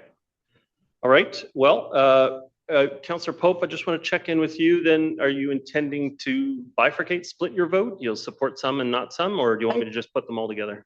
I am only opposing to 8.8, which is the OCP bylaw amendment. I'm just 8.5, 8.6, and 8.7? Sure. Okay. So those are all moved and seconded. They're on the floor. Any other discussion on 8.5, 8.6, and 8.7? Prepared to call the question. All in favor? Contrary minded? Motion is carried. On to item 8.8. To those staff that sat here. There you go, Mr. Toland. Yeah. Checking in with council on our time. We normally take a break at around 9 o'clock to have a bio break and a stretch. I think it's time to do that. So we're going to call a 5-minute recess.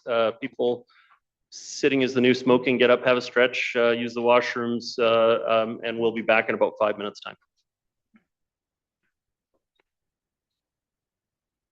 All right, I see the necessary people in the room for this discussion, so I'm going to reconvene the meeting. All right, up for consideration is item 8.8. This is bylaw number 8743, OCP update 2025, OCP bylaw amendments, and I'm going to look to Mr. Milburn for opening comments. Thank you, Worship. This matter is returning from public hearing. Staff have no additional information to provide council tonight and simply looking for council's direction with respect to the bylaws. Thank you. Thank you very much. Okay, I'll be moving the recommendation. Is there a seconder on the matter? Second by Councillor Murray. Just my own comments on this. While I have very different views on the challenges with housing than our current provincial government, I do recognize that we are required to come into compliance with provincial legislation. Otherwise, we would be putting our staff in a very awkward position. And just because we decide to hold out and protest in disagreement with this doesn't actually mean it will have the effect for our community. Some of our colleague neighboring communities have already had a provincially appointed person working within their municipalities. And if they don't come into compliance on these pieces of legislation, they've been threatened, warned that the power of council will be given to those provincial appointees. And so land use decisions would be made by the provincial appointee rather than the duly elected local government that was put in there to make decisions over land use. And so the province has put us in a very undesirable situation here. We were not planning to have an OCP update at this time. And you saw the confusion over that in the public hearing as we had our discussions. This has been forced on us. We would originally been preparing for an OCP amendment in 2028 for preparing and 2030 for extending for a future 20-year planning horizon. But instead, we're forced into this situation. I will also say that the housing challenges that we have, as Councillor Murray said on a number of occasions, are really in particular segments of housing, not entirely across. We have no shortage of luxury units in the District of North Vancouver. It's at the acute pressure on the lower end of the market and family housing that is a big challenge for us. And the province has pointed to the current the situation where we're actually starting to see some lowering prices, and they're taking credit for it. I will just challenge it and say that the units that have been completed were actually committed by the municipalities long before bills 44, 46, and 47 were implemented. Our municipalities were already building town center plans. We were already doing compact redevelopment within our communities. And those units are not because of provincial legislation, they're because the municipalities were committed to building in town centers. And so now the provincial legislation is going to kick in, and at a time when there's already 3,500 unsold completed units in that small unit segment, and it's not going to have the desired effect that they've suggested. This is and will always be a supply act, not a housing affordability act. It doesn't provide us any significant tools to reduce the cost of housing in our community, and other than to make it undesirable and shrink the unit sizes to the point that they command a lower price on the market because they're not desirable to where the market is placed. What we really need in this community is family size units, and these policies make that harder to achieve in your community. It makes it harder for us to be able to negotiate uplift from a development into deep, affordable housing projects in our community, because we're now limited in how much we can contribute from each individual unit into it. So I am not supportive of the province's tactics and efforts in this area, and think that the municipalities were actually already addressing housing affordability in a very effective way. So while I'm supportive of this, I did just want to comment about my general displeasure with the current situation with the provincial government. Seconder is Councillor Murray. Did you have comments? Oh, yeah. Yeah. Last week, I watched on every Canadian news station, local station, about how frustrated our premier was in regards to the fact that he was not at the table with Alberta and the federal government on bringing a pipeline to the West Coast. He wasn't invited. Saskatchewan was there, Alberta was there, the federal government was there, but he wasn't there to take part in a discussion that was going to impact his province, negatively. Something that we have fought years to maintain, that tanker ban against transporting crude oil down the West Coast from the north, because we recognize how important that body of water and that coast is to the Indigenous community and to all people that visit it and live on it, and the environment. And I couldn't help but be a little perplexed at why he was so upset that he wasn't at that table, when he did the exact same thing to every municipality in this province, when he brought in legislation that ordered us and our staff to go against all of our planning rules, all of the work that we've done democratically with our community, all the years we've planned, all the money we've spent on making sure that we had a sustainable vision for the future. In a time where the value of land was skyrocketing, and the idea that if we just simply build more, the price will come down. And you can look at any city around the world, and it's absolutely absurd to think that that would happen. Hong Kong is one of the most expensive cities in the world, next to us, and building more does not lower the price. These bills are not rooted in any financial scheme, no infrastructure support, no senior level of government funding. We're already challenged to support the people that are living in our community now with continual congestion on our roadways, trying to get over a bridge that is absolutely ill-equipped to hold the volume that comes in the form of visitors, tourists, goods and services going to the island. It's an egregious lack of responsibility from a government. And people should, I wish this was 10 years ago that they tried this, because there'd be a war in the streets. Because at that time, the media was still able to get to every doorstep in this community. The local North Shore News would land on every doorstep in this community, and so much information was shared in that way. And unfortunately, those days are over, which is very, very sad in my opinion. Journalists at one time fought the good fight, and they brought those stories to the people, and the people rose up. And now this and social media is distracting, and people don't know what to believe anymore. And it's really, really sad, because there's just not that complete, honest story out there anymore. And that's sad for the community. It's sad for the future, and it's sad for what we know as our democratic values. I look at all our staff, I look at ourselves. I'll take my other 2 minutes.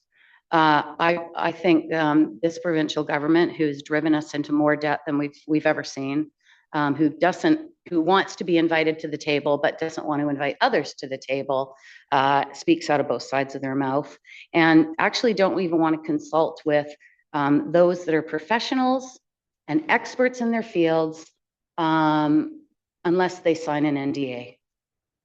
I don't know what planet we're living on. I don't know what community we're living in.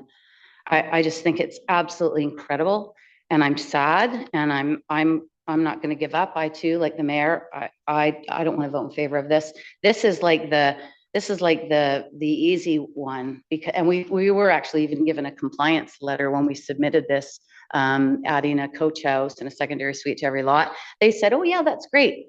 And then, well, we were smarter than them, and we said, "Well, that'll just cover our housing needs assessment." And they're like, "Oh yeah, you're not going to do it that way. No. You don't think you're that smart. We've caught you." And then they brought this Bill 25 to kill that. There's so many impacts to this legislation. There's so many negative impacts, and it's not going to produce what they think it's going to produce. It's just going to produce problems. And our once sustainable communities that are really challenged right now are going to be unsustainable. And I don't think we're going to look back and see this as a bright moment in our history. But I don't think this is over, because as soon as we pass this in the spring, I think you're going to be bringing back we're going to have another round of this. Talk about wasting time and money. We're going to have another round of this, and we're going to have to amend it again, unless I don't know, something intervenes, and maybe a change will come. I don't think that could happen any sooner for me. I'm super disappointed with this government, and they certainly aren't the government they once were, the NDP. I don't think a lot of the people that have been around them for as many years as some of us recognize this political organization anymore. So I will hold my nose, and I will support this. And yeah, I'm very disappointed. Thank you. Councillor Hanson, your comments, please. Yeah, thank you very much. I broadly agree with the comments of both the mayor and Councillor Murray. However, and I will explain my reasoning, I will be voting differently on this motion. These OCP amendments are required because provincial legislation is demanding that we create zoning capacity for just over 22,000 units between 2021 and 2040. Given that 2,600 units have already been completed since 2021, this leaves a requirement for zone capacity for another 20,000 living units by 2041. This requirement, of course, is imposed on us without any infrastructure plans, without telling us where the hospitals are going to be built, if any roads are going to be built, whether there's going to be any SkyTrain, any transportation upgrades or schools or any of the other things that would obviously be required if that level of population were to be imported into our community. I have already spoken out against these housing mandates, and I will continue to do so. To mandate a one-size-fits-all approach to growth and to mandate growth without planning is bad public policy. We are witnessing an unnecessary encroachment into the powers of local government, an institution that goes back centuries and which serves a valuable democratic purpose. This will inevitably remove decision-making from the local level and will leave our communities with less democracy and with poor planning options. However, I say, and this is why I will be voting differently, what is before us today is a different question. If what I say what is before us today is if we must create zone capacities for an additional 20,000 living units over the next 15 years, how should we go about this? The existing plan before us finds this zone capacity in single family zones where lots must accommodate basement suites and coach houses. And as has been discussed, very soon legislation advancing towards final proclamation in the legislature in Victoria will require all lots to be multiplex 4 or 6 units depending on the proximity of transit.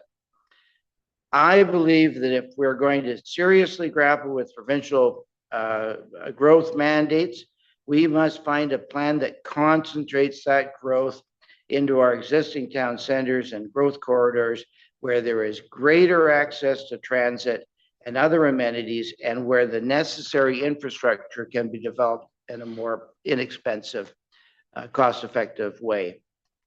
Focusing growth in town centers and growth corridors is consistent with the original vision of our OCP. And as was noted by one speaker at the public hearing, who is fortunately in attendance with us today, Plan A preserves the architecture of the original OCP. Allowing growth to occur willy-nilly across the district on densified single-family lots is not, in my view, the best strategy for addressing these growth mandates that are forced upon us. We need more affordable housing, close to transit, and in my view, the option A that was provided to us offers the most opportunities for that type of housing. For these reasons, I will be voting against this OCP amendment. Thank you. Councillor Beck. Yes, thank you, Mayor Little. My comments will be much along the same line of thinking as Councillor Hansen's on this. Firstly, I want to thank everyone who took part in the recent public hearing on this matter. The range of perspectives we heard, people urging us to do more on housing, people warning us not to move too quickly, people wanting stability, and others wanting change, makes it clear that this is not a straightforward decision. As I said at first reading, I share much of the frustration with the process that's been voiced. The province has set the expectation that municipalities must plan for 20 years of housing need, but without the corresponding tools or commitments on transit, schools, healthcare, or infrastructure.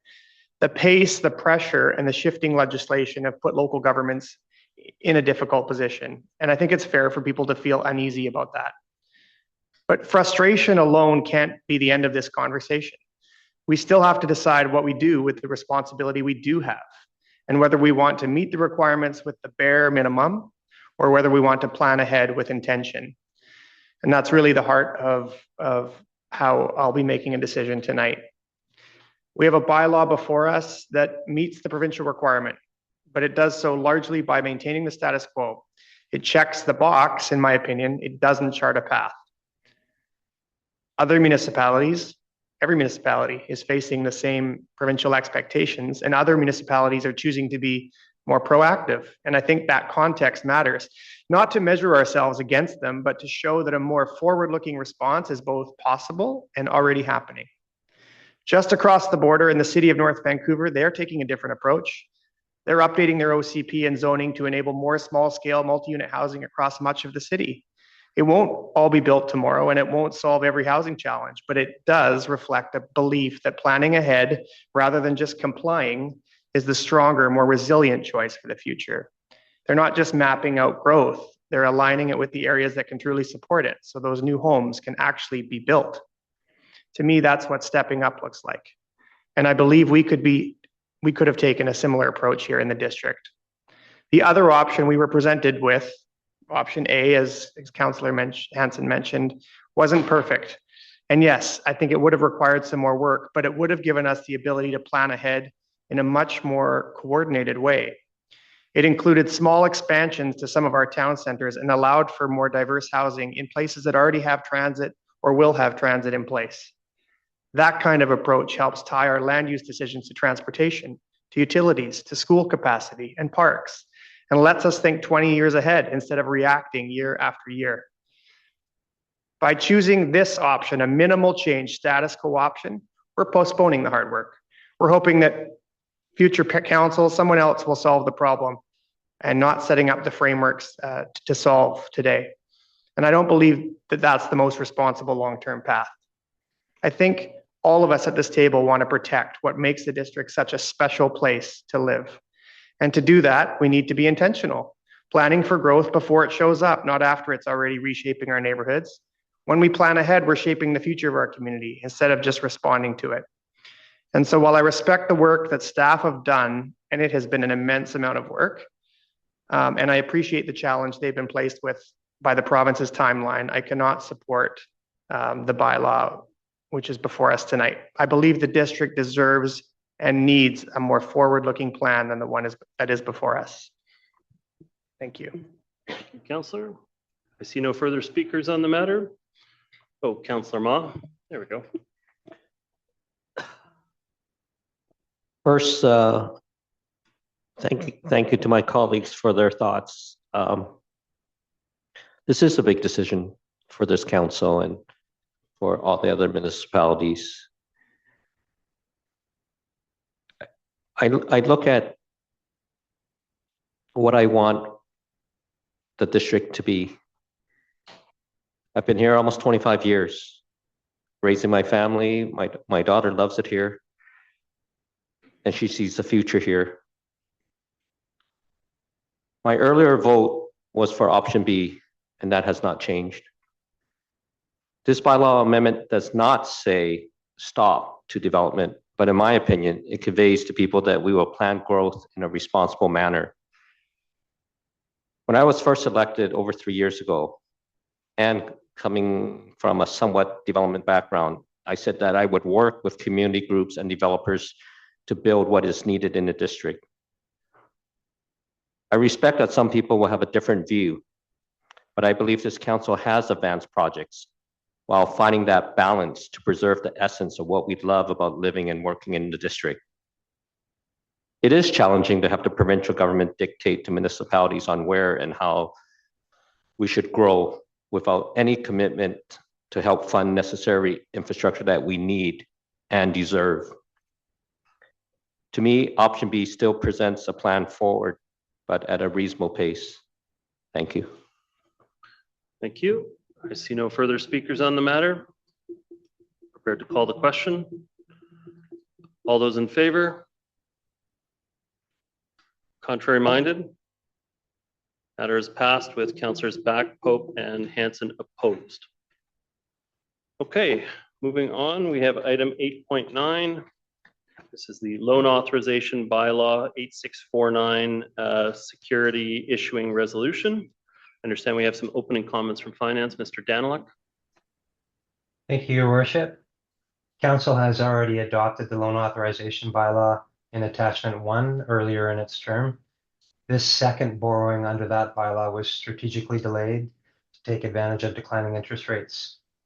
This $27.8 million borrowing is already reflected in the financial plan, and staff are seeking approval to move it forward tonight. Thank you. Okay, thank you very much, Mr. Danler. I'll be moving the recommendation. Is there a seconder on the matter? Seconded by Councillor Back. No other comments. I think you covered it very well. This is projects that were already committed to, borrowing that was already committed to. We took a strategic approach and delayed the kicking off the borrowing to take advantage of better borrowing rates. I want to thank staff for identifying that opportunity and support that kind of a strategy generally going forward.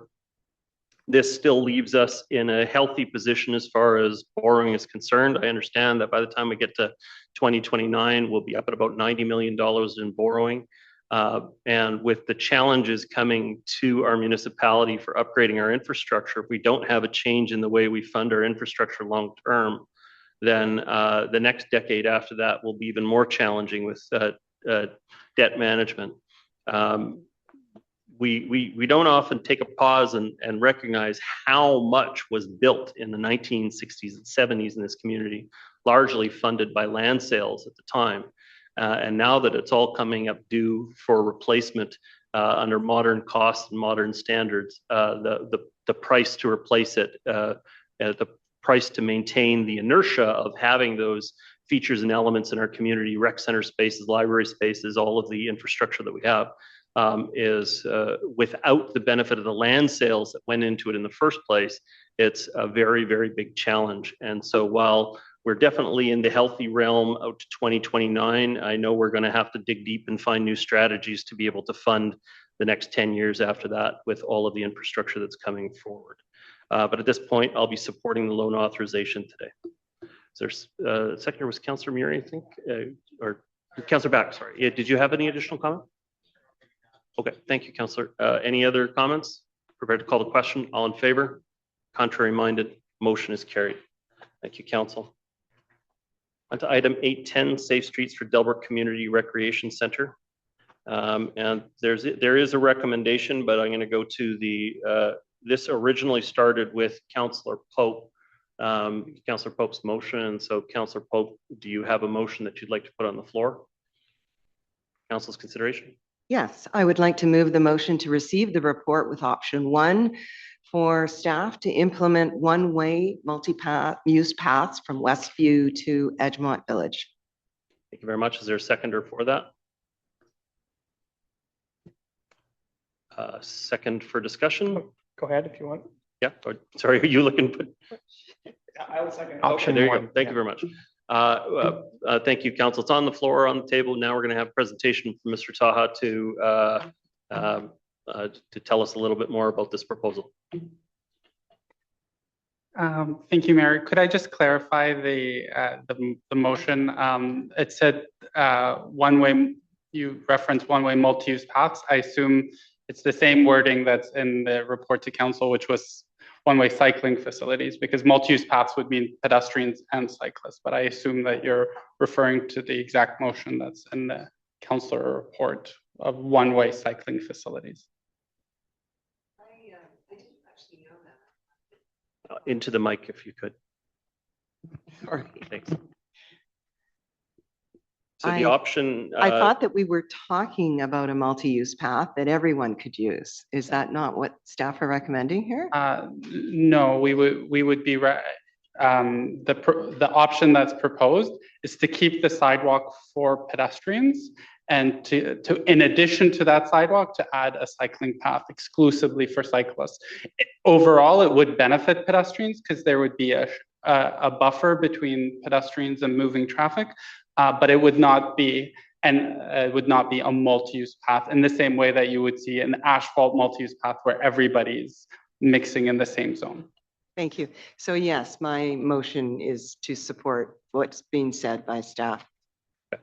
So it does reflect option A on page 265, one-way cycling facilities i.e. an eastbound path on the south side and westbound path on the north side. I think we're calling it option 1 in this report. Oh. Option purple, option green. We're getting a little confused. So we're going to put it up on the screen just to make sure. But you know what, frankly, we don't actually have to vote on that quite yet. We can go through the presentation first. So I'm going to go to Mr. Taha for that. Okay.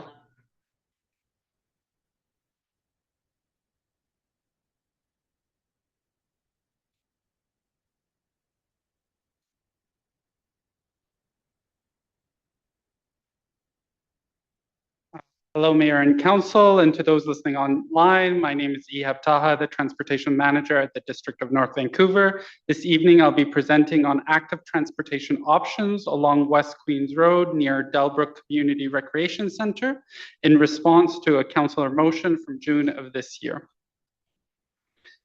Staff have records of West Queens Road being a proposed cycling route in the district dating back to at least 1999. West Queens Road is the most direct east-west cycling route to Edgemont Village, making it an important connection in our cycling network.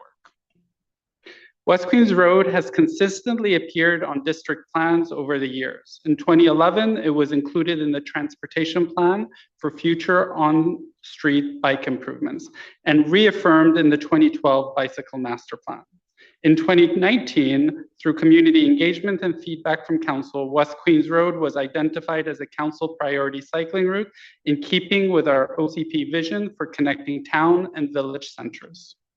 Most recently, improvements along West Queens Road were included in the approved 2025 to 2029 financial plan as a future capital project for initiation in 2028.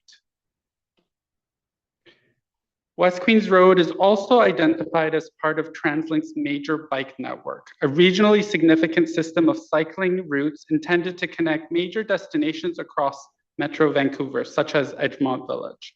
The long-term vision is an 850-kilometer network of safe and comfortable cycling facilities for everyone. On June 9th of this year, Council approved a motion directing staff to report back with options to prioritize safe streets within a 2 to 3 block radius of the Delbrook Community Recreation Center.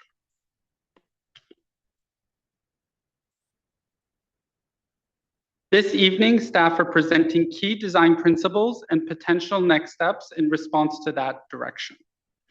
Our first principle is to extend the project scope to Edgemont Village in creating a more complete and connected cycling route. Council's original motion focused on a short section between Delbrook Avenue and Del Rio Drive. Limiting the project in such a constrained area would create abrupt transitions that force cyclists in and out of traffic, undermining the safety and network cohesion of the corridor.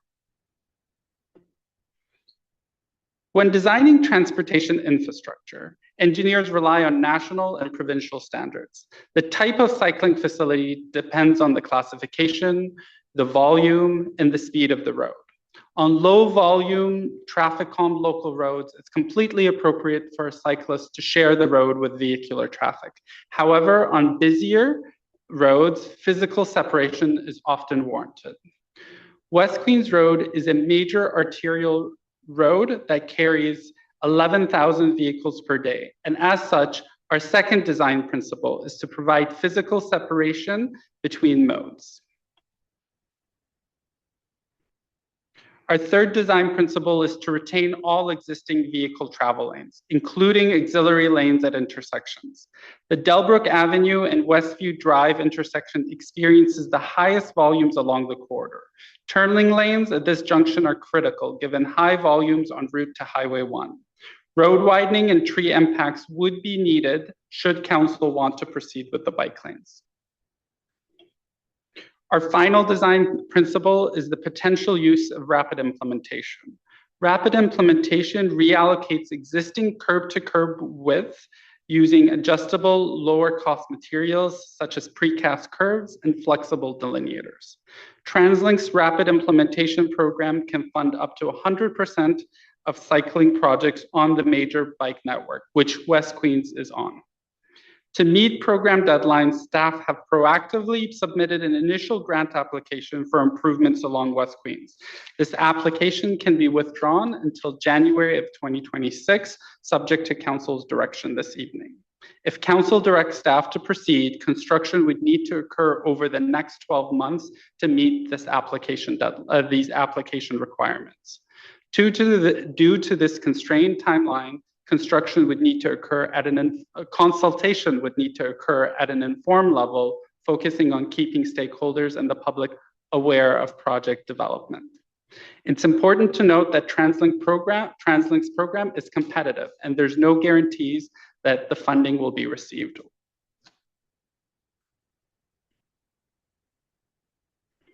In responding to council's motion to report back with options, staff evaluated two designs: one-way cycling facilities or a two-way cycling facility. One-way cycling facilities provide a separate eastbound and westbound bike path, each located on its respective side of the street. From a technical standpoint, one-way cycling facilities are preferred based on national and provincial standards. They are safer as movement patterns are more predictable when a cyclist travels in the same direction of vehicle traffic. They also offer better access with connections to destinations on both sides of the street. The primary drawback of one-way cycling facilities on West Queens Road is the removal of on-street parking on both sides of the street. To help alleviate parking impacts, staff also reviewed a two-way cycling facility option. This sort of facility would require both eastbound and westbound cyclists to share the same space on the south side of West Queens Road. These facilities are typically only considered where space is highly constrained. They introduce several challenges, including increased likelihood of collision, especially at intersections, as drivers might not anticipate a cyclist approaching in the contraflow direction. Additional measures are often required to protect bicycle movements at intersections, such as a dedicated signal face for cycling crossings.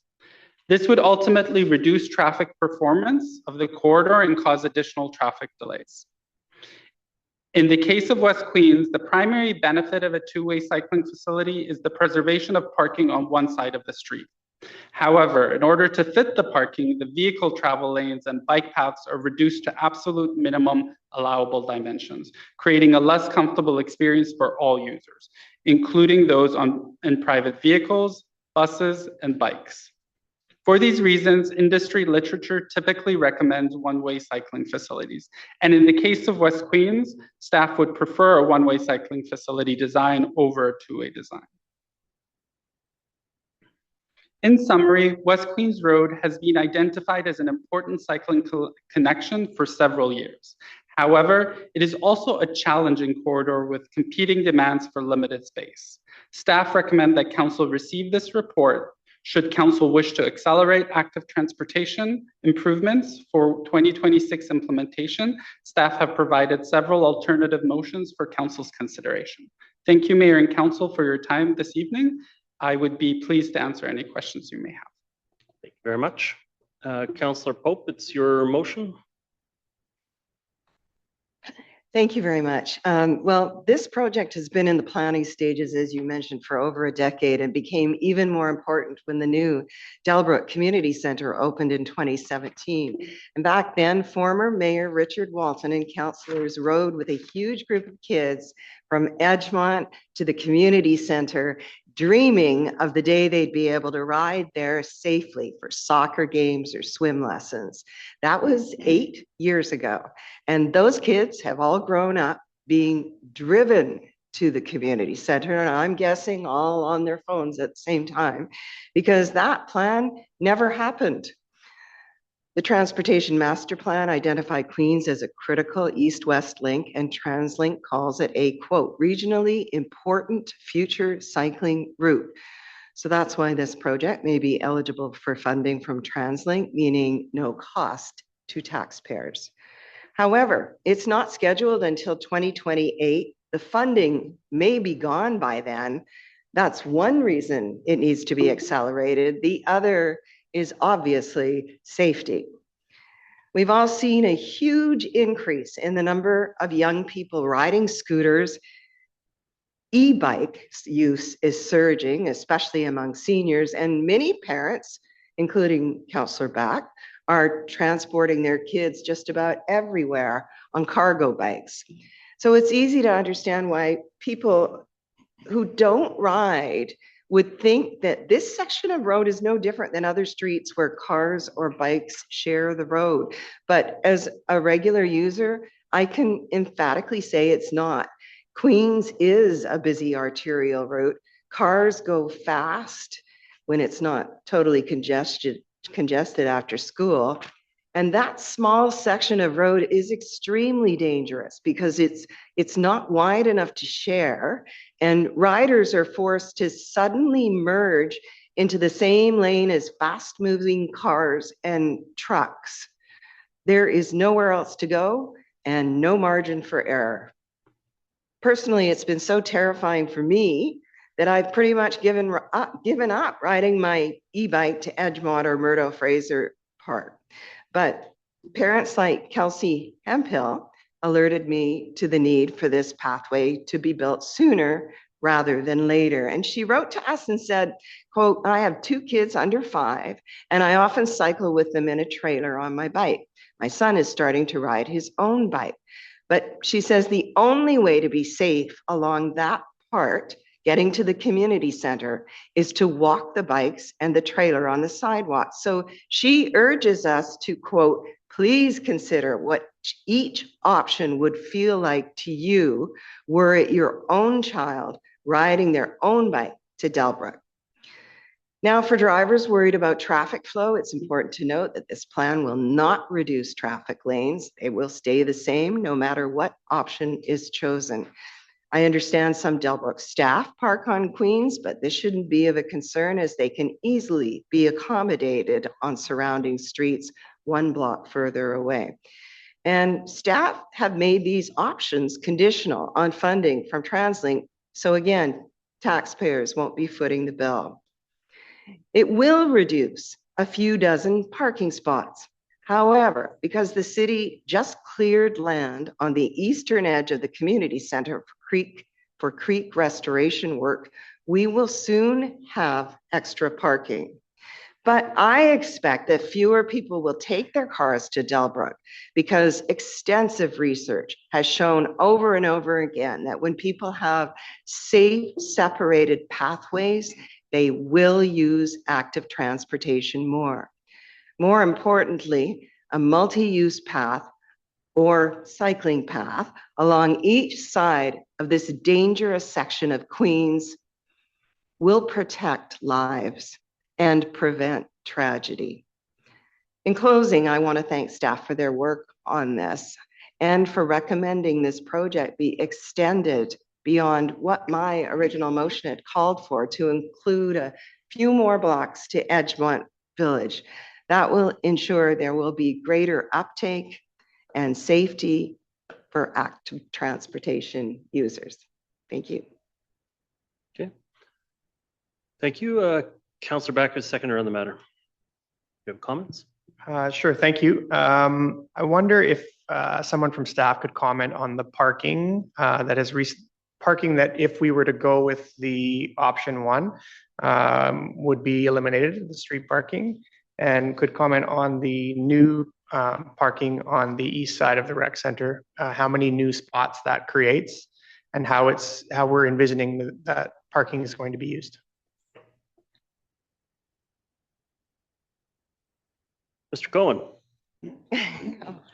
So through the mayor, in terms of the first question the second question I'll start with first in terms of the off-street parking facilities. That has not opened yet. That is something that the City of North Vancouver, through their project, there was an opportunity to keep the site as generally gravel, and there's an opportunity to create more off-street parking there. We have identified roughly a dozen spaces that would be made available in that location. Given some site constraints, it wouldn't be open to the general public. That's just for a technical reason, but it would be for a subsect of whoever that might be. It could be staff, it could be certain users of the area.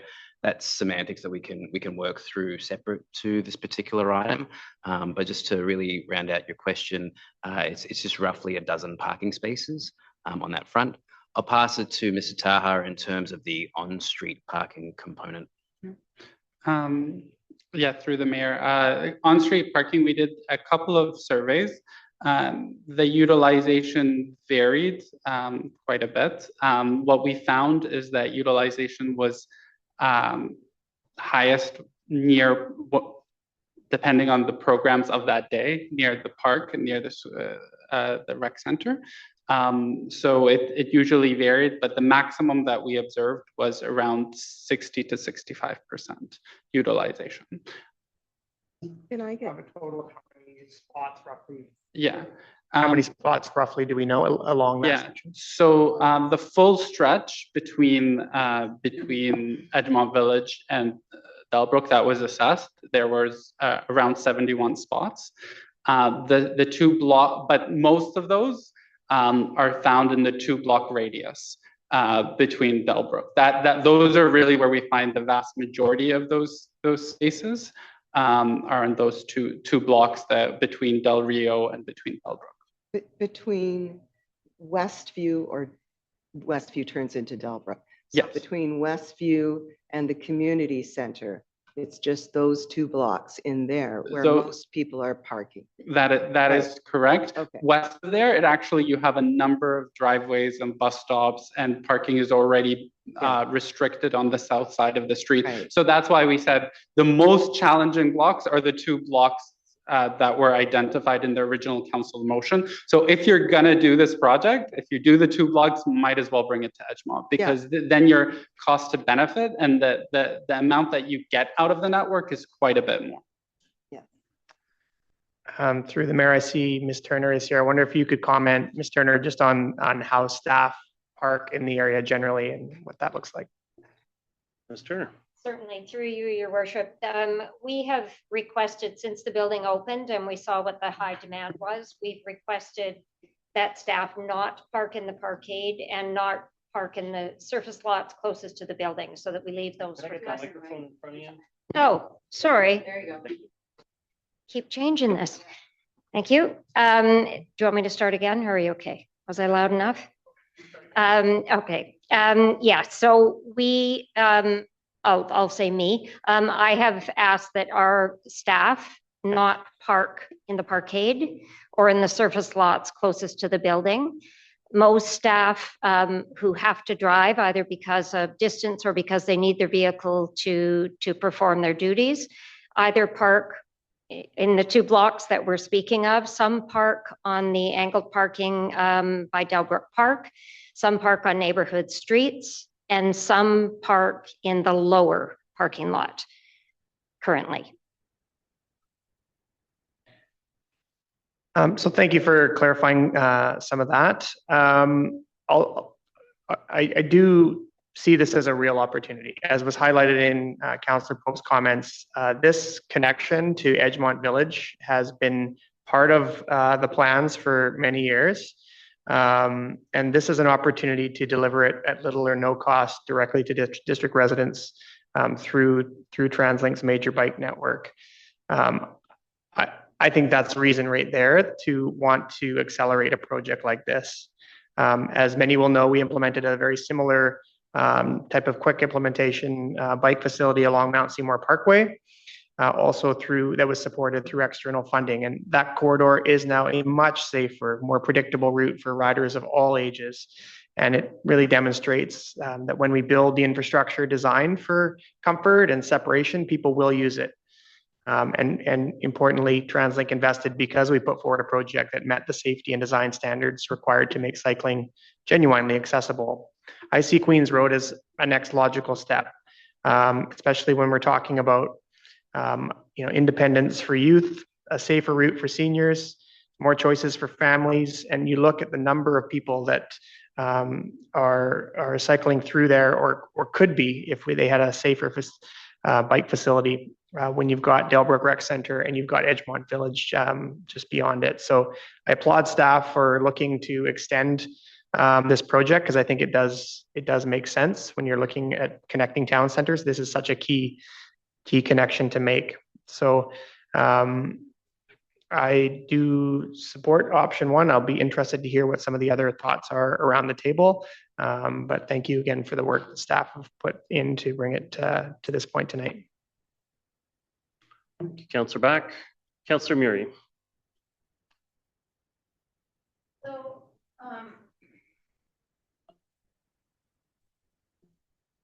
So what's the plan to figure out the loss of parking for a rec center that was built with a level of parking that was not sufficient? You have is that a rec directed comment? I think that's I mean, if we're gonna be making these recommendations, we cannot make them in silos, and we do. So what's the longer term plan for managing parking at the rec center? Mr. Cohen. Yeah, so through the mayor, I can partially answer that question. Facilities isn't under my mandate per se. However, what staff have provided back is a response directly to council's motion just to report back on options. Right now, there is no project on Queens Road. Should council choose to move forward, some of those more deeper technical questions can certainly be explored. In terms of the longer term plan for the rec center, I would have to defer to other divisions in terms of what that plan is. But that would be part of the whole system of facilities as well, with Harry Jerome coming on board as well. So that would be a difficult question to answer right on the spot here. Well, and herein lies the problem. The rec center was built with inadequate parking because the concept was it was a neighborhood rec facility and everyone would walk or ride their bike. And it is overflowing with cars at any given point in the day, including insufficient parking for staff, upwards of 40 cars needing accommodation to run the facility at any given time.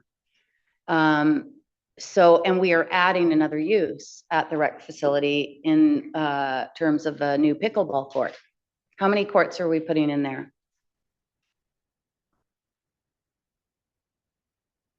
Through your worship to Councillor Murray, that's still being determined, but anywhere likely between 4 to 6 courts. Right.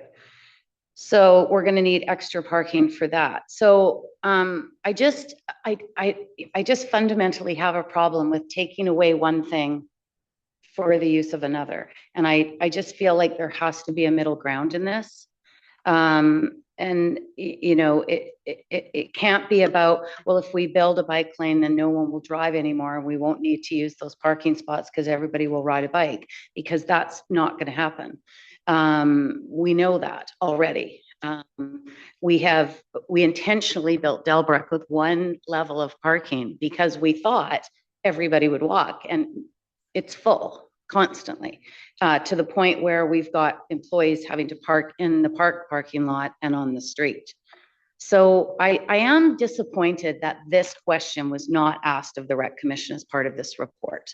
There was a couple of surveys done, and we didn't reach out to the Rec Commission, which is us, we're the Rec Commission, to understand the impacts to them.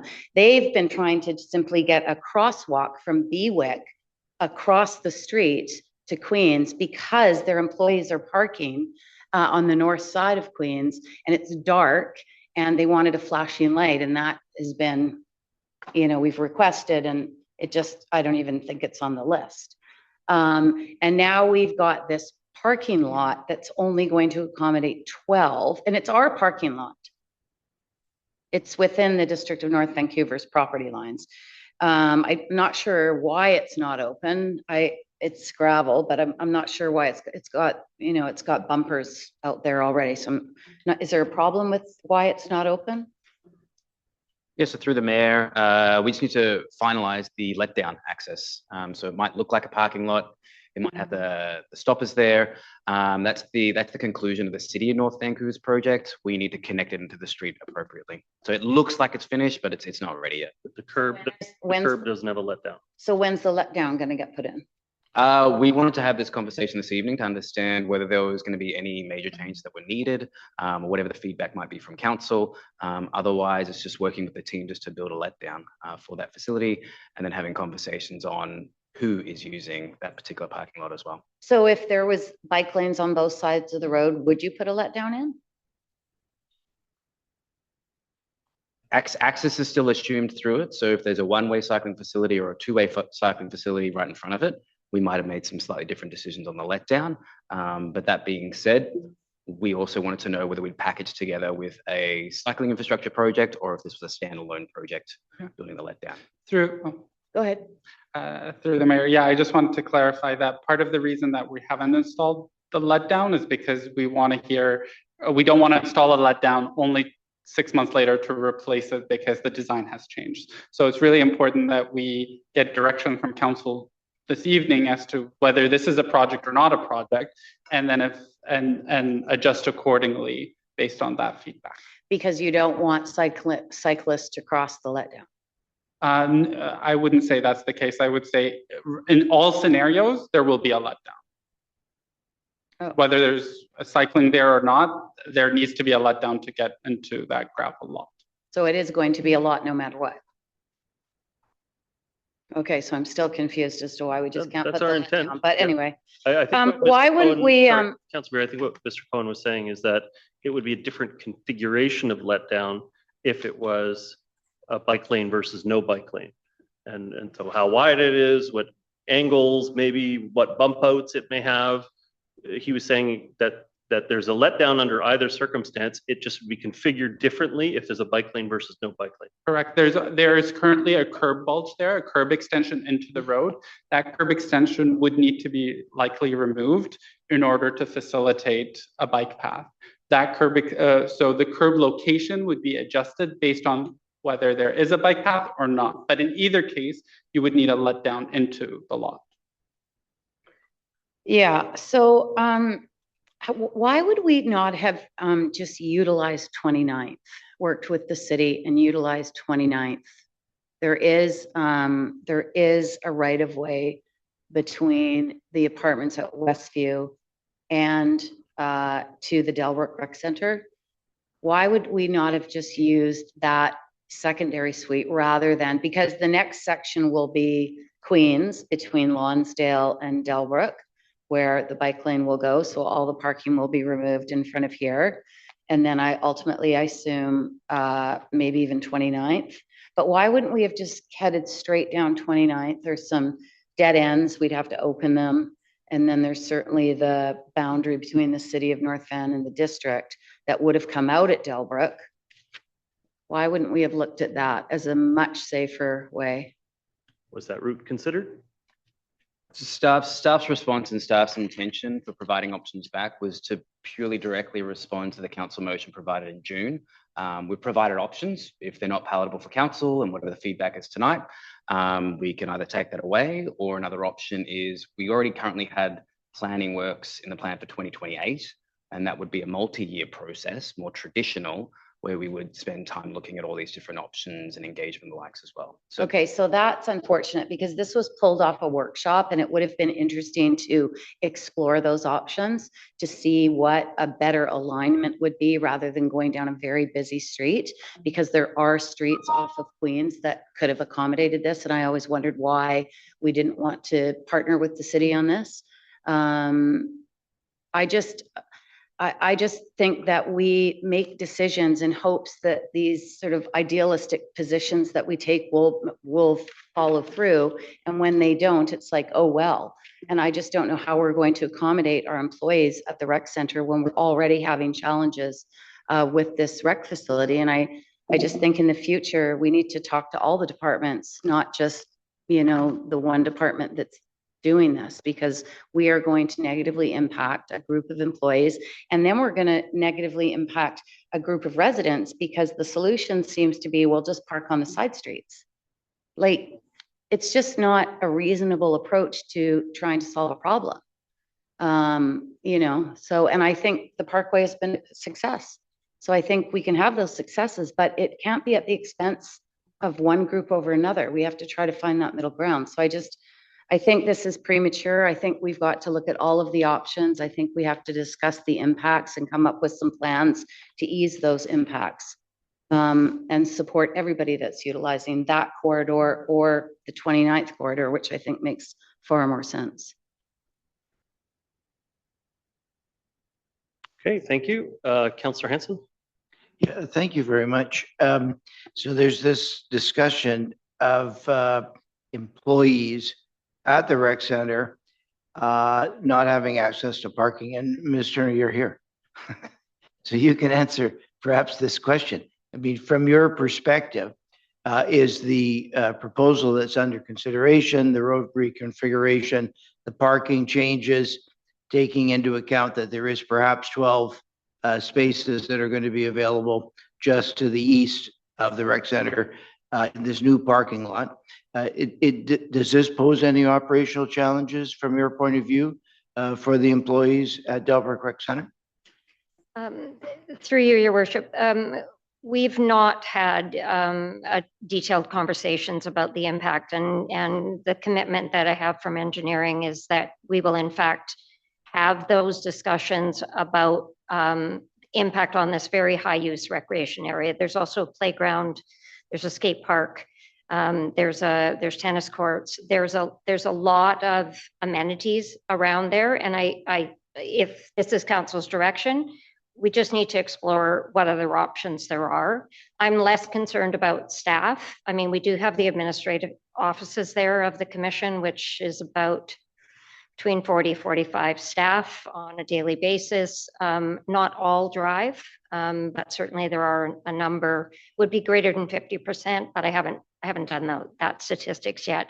So I think we just would need to figure out what would the impact be on neighborhoods if we can use that parking lot. It certainly wouldn't meet the demand, but what other options are there? We need to talk about drop-off for preschoolers and for people with mobility issues. So there's things that need to be considered, and my understanding is that would be in the next phase.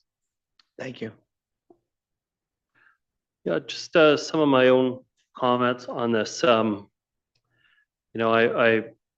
I do generally support connecting the town center areas with direct separated bike lanes where we reasonably can, although I think off-street is still generally the preferred of the rec and local users. I understand the much more aggressive cyclists are fine with on-street infrastructure, but what I get frustrated about is I'm constantly told and pressured and berated that the build it and they will come, that your investment in cycling dollars will yield tons and tons of shifted trips that are no longer taking place in cars, that are now taking place on other pieces of infrastructure. And despite decades of investment in our transportation infrastructure, supporting cycling throughout our community, connecting up town centers, providing separated dedicated spaces like on the Parkway, our mode shift hasn't moved one bit. And so I'm getting a bit tired of the line. There are definitely areas where I see a rec benefit of making a connection through the area, but selling that it's going to significantly transfer a lot of the trips to that particular rec center, it's not going to be a significant portion of the trips. Because I live on the Parkway. I've seen the infrastructure built there. Not only the stuff that was built 20 years ago, but the upgrades we've done on the Parkway itself, connecting the Parkway through the Superstore corridor and to all the infrastructure there.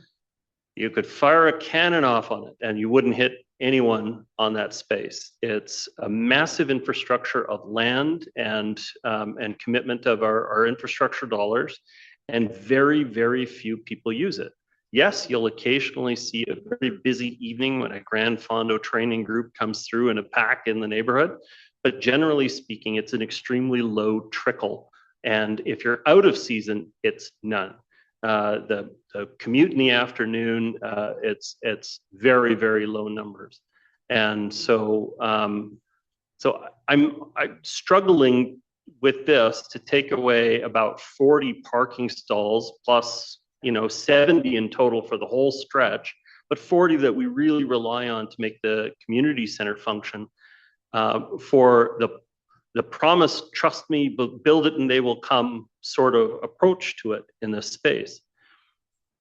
I don't see that as being likely, that it's going to move a lot of trips.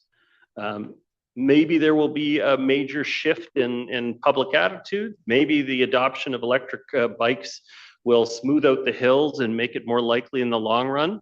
But for all of the investment dollars we put in so far, the mode shift hasn't moved at all. And so I'm struggling to consider the removal of 70 parking spots from the general area, 40 that support the rec center on this.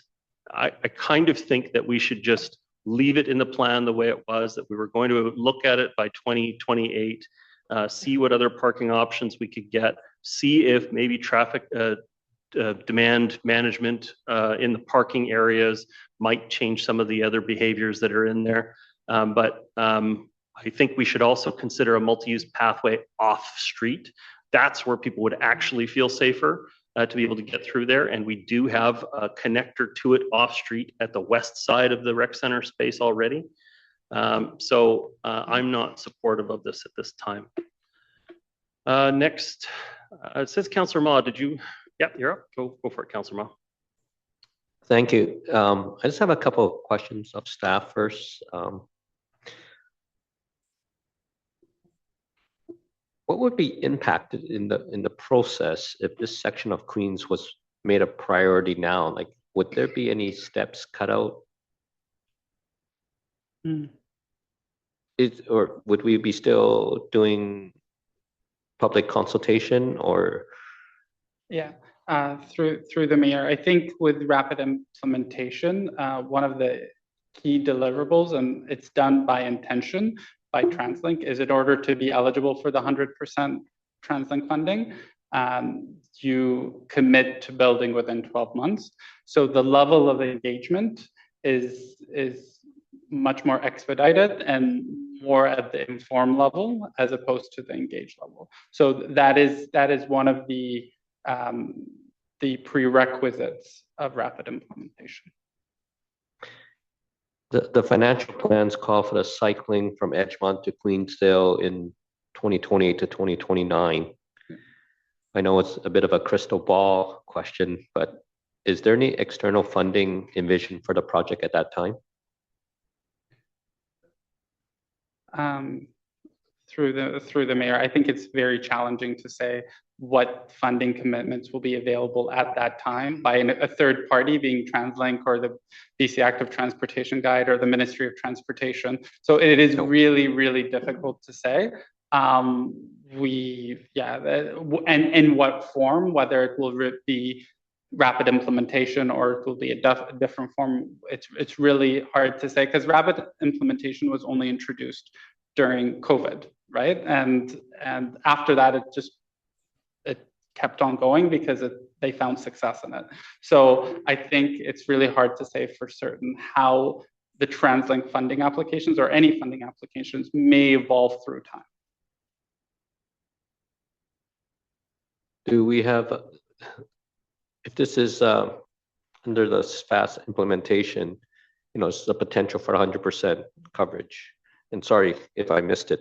What's the anticipated budget for this? Through the mayor, I believe we had estimated. We haven't retained a consultant to design it yet because we don't know if this is a project yet, right? Part of the reason we're here today is to hear feedback. Should council give us direction to proceed forward, we would retain a consultant. Based on our estimate of in-house internal design, we anticipate between $700,000 and $900,000. Most of that cost comes towards road widening, for example, to facilitate auxiliary lanes at intersections, because what I definitely don't want to be removing travel lanes en route to Highway 1 because I think that that would not be successful.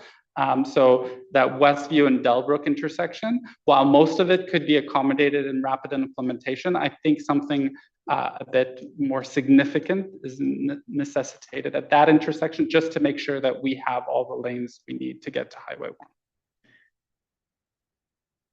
You mentioned earlier, this is a very, I think the word was constrained area.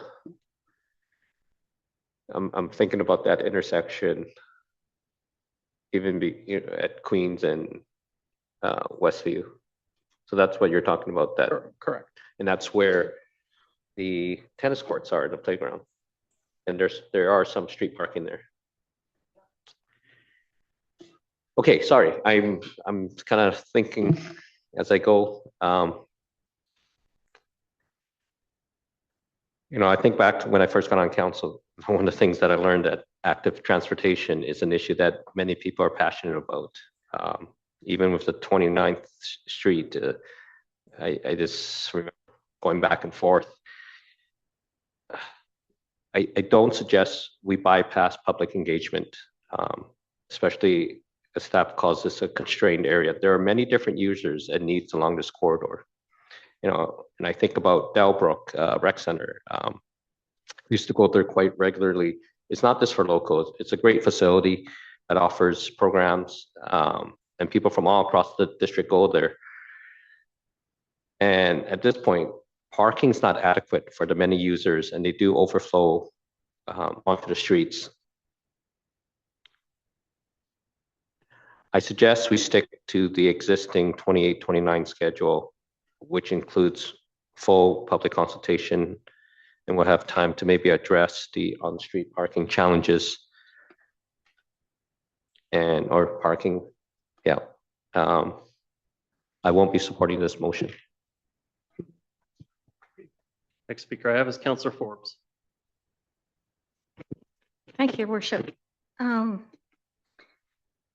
going to come at it from, seeing as how I'm an accountant, sort of from a financial, which everybody's touched on a little bit anyway. I'm just going to ask you to be nice and loud, direct into the mic. Thank you. You keep saying 100% funding from TransLink, but actually it could be anything up to 100%. So it could be 50%, it could be 75. Through the mayor, it's an interest. I didn't want to get into all the details, and I will explain. The TransLink funding is set up for 100%. So the default is that you would receive 100%, but they only have so much funding for the region. So they have a certain pot of money.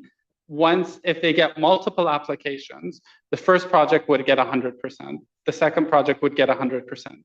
And then whatever money they have left over, they will reach out to the municipality and say, you know what, we have 300,000 left over.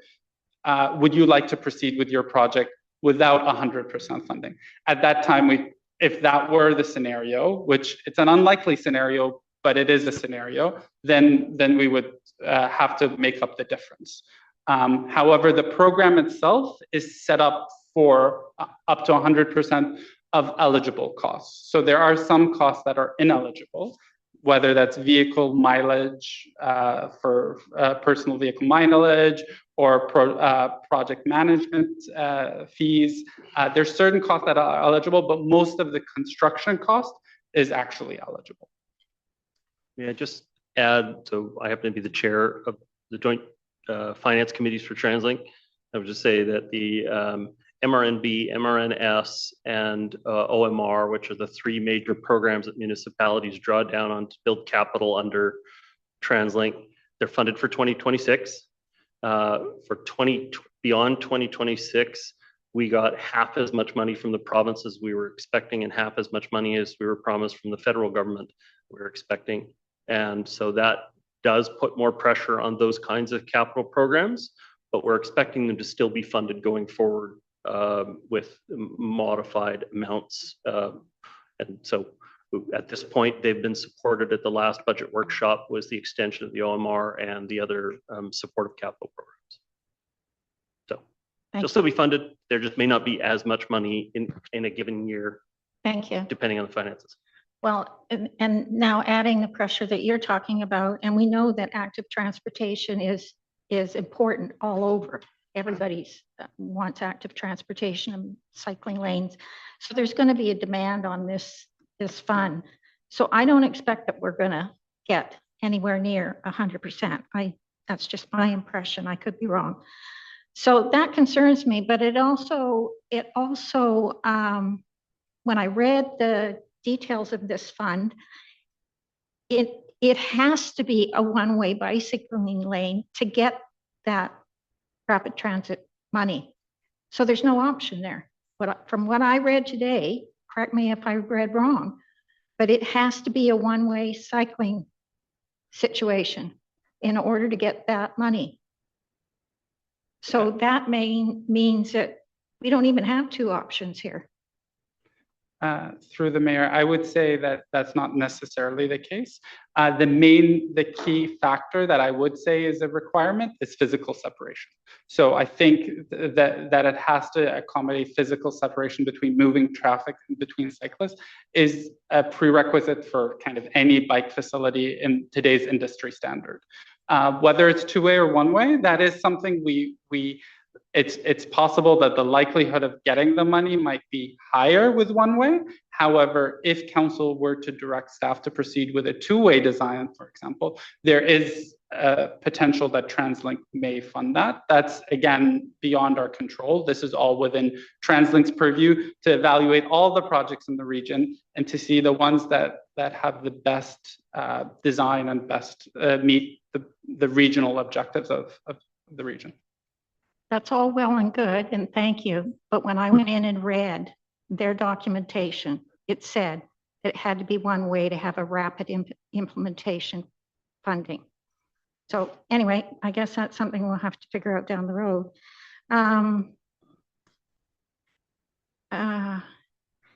This is already, as other people have said, it's already in the 28-29 budget.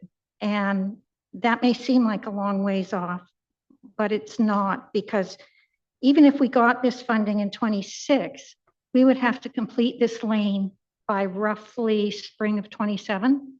Is that correct?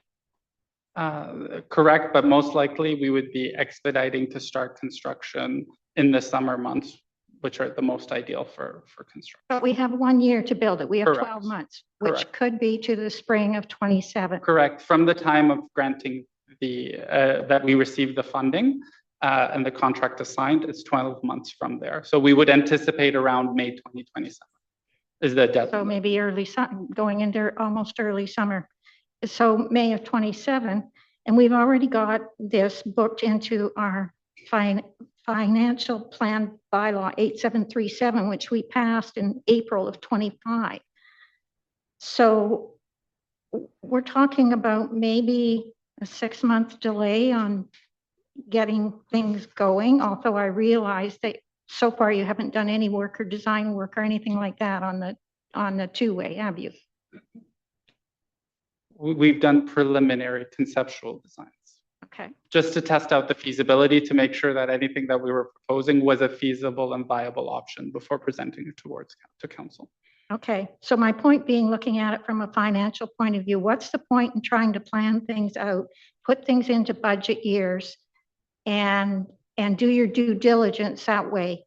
If you're just going to go, look, this is really important now, it just isn't a financial good way to plan.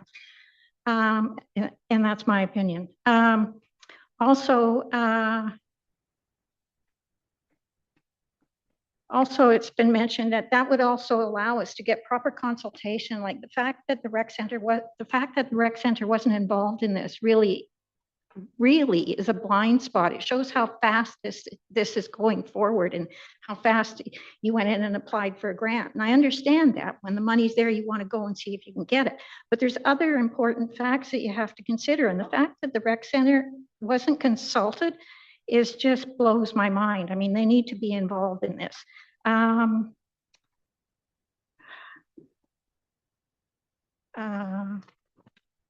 Just looking at my notes. The no parking for staff. I think all we're doing is we're starting to do a deep cove thing. We're going to take that parking away, and then the people who have to come and work there, whether it's a rec center or it's Honey's Donuts, they're going to go into the neighborhood. So all we're doing is doing the same thing that we've done in Deep Cove, and we know that's not working. And when in January can we withdraw from this? If we went for it, when in January, what later date could we withdraw? I think the direction they're seeking is today, and if we don't give it, they'll withdraw within January. If we do give it, they'll continue on with the project. We're not talking about another check-in point with council. Tonight's the check-in point on the go, no go for January. Okay, well, because of the lack of really robust consultation and discussion with parties that are affected, and we're going to affect parking for staff there, like it or not, staff are going to bring their cars because a lot of people don't live on the North Shore. They come to the North Shore to work. Or maybe they're picking up a child from school and going to a soccer game, and they've got equipment, whatever the reason, they need their cars. So for all of those reasons, and I'm just really frustrated that we sit and we go through those budget processes and we plan out what we're going to do, and then we just throw it up in the air. So for those reasons, I'm not going to vote for this. Thank you. Councillor Pope. Just wanted to clarify a couple of things that have. You're at the bottom of the list. I don't know. Did you put your hand up? Did you put your hand up? Yeah. All right. Go ahead, Councillor Hanson. Sorry. Okay. Yeah. Thank you very much. I can keep my comments brief. I am going to support this motion. The project will provide benefits in the area of active transportation. I believe the parking issues can be addressed, as Ms. Turner has spoken today. I believe one way or another there will be a resolution to the parking issues. Significant to my vote is the fact that I understand with the TransLink rapid implementation plan, this is going to be essentially funded 100%. I appreciate there's some things that aren't included, but the construction is funded by that program, in which case it isn't affecting our budget. And if that turns out not to be the case, then this project doesn't have my support. But assuming that this can be funded by the TransLink active rapid implementation plan, then I believe the benefits outweigh the detriments, and I will support this proposal. Okay, so I want to be clear about that because I hear what you're saying. You're giving conditional support, and the challenge that we're going to have is that the split I'm seeing on council is problematic for your conditional support. I don't know that we can wait on the project to hear back from TransLink whether they're funding it or not. So when will we know how much is whether TransLink has funded it or not? We know it's a high it's within their check boxes and likely projects that they're going to support, but when will we actually know? Mr. Cohen. Yeah, through the mayor, one of the benefits is I have teams in front of me. So in terms of TransLink, they typically get back to us in March or April. Obviously, there's informal discussions before that potentially, but usually it's more formal around March or April. So a couple of months after January is when we typically find out. Okay, so we would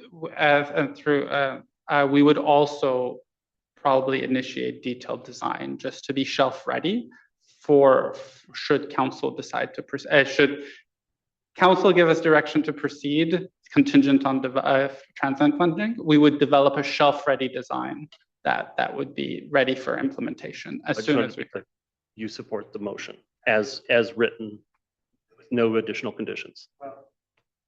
I don't believe additional conditions are required because the motion says this is going to be funded by the TransLink. That's fine.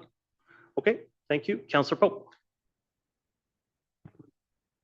Thank you. There's been a lot of discussion about the concern about losing the parking spots. And in my review of the report, and what you mentioned tonight is that and you mentioned this as well, that it's 70 parking spots that will be lost. I mean, that I go by that every day. And there are not 70 spots. That number is wildly exaggerated because, as you point out, west of the community center over to Edgemont is almost all a no parking zone already. People can't park there. Like occasionally people do in little spots, but that's about it. And so that leaves us with just the area that's east of the community center and really they can only park on one block, and it's like kind of like a half a block actually, between Westview and is it Bewick or Del Rio?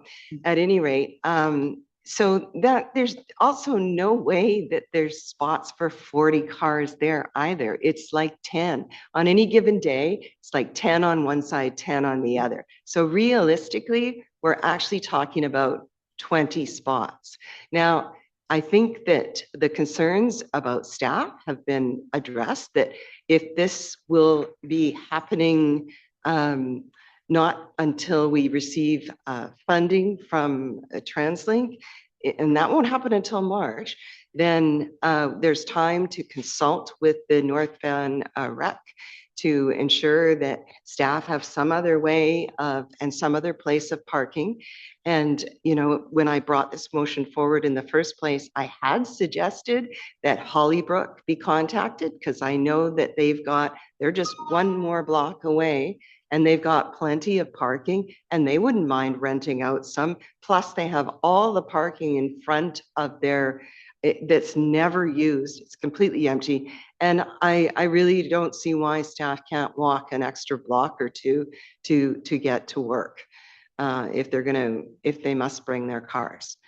So those are just my final comments and I'm out of time. Thank you. Can I just clarify, how did we come up with that number? Was it just a general lineal feet we measured out and this would be approximately how many cars, or did we sort of do a breakdown and therefore 70 is a pretty reliable number? Correct. 70 is, I would stress, a theoretical number in that it's measured exactly how you've described it, from the fire hydrant to the nearest driveway, and take out the legal parking and give what is the maximum parking that we could fit in if everybody parked perfectly, right?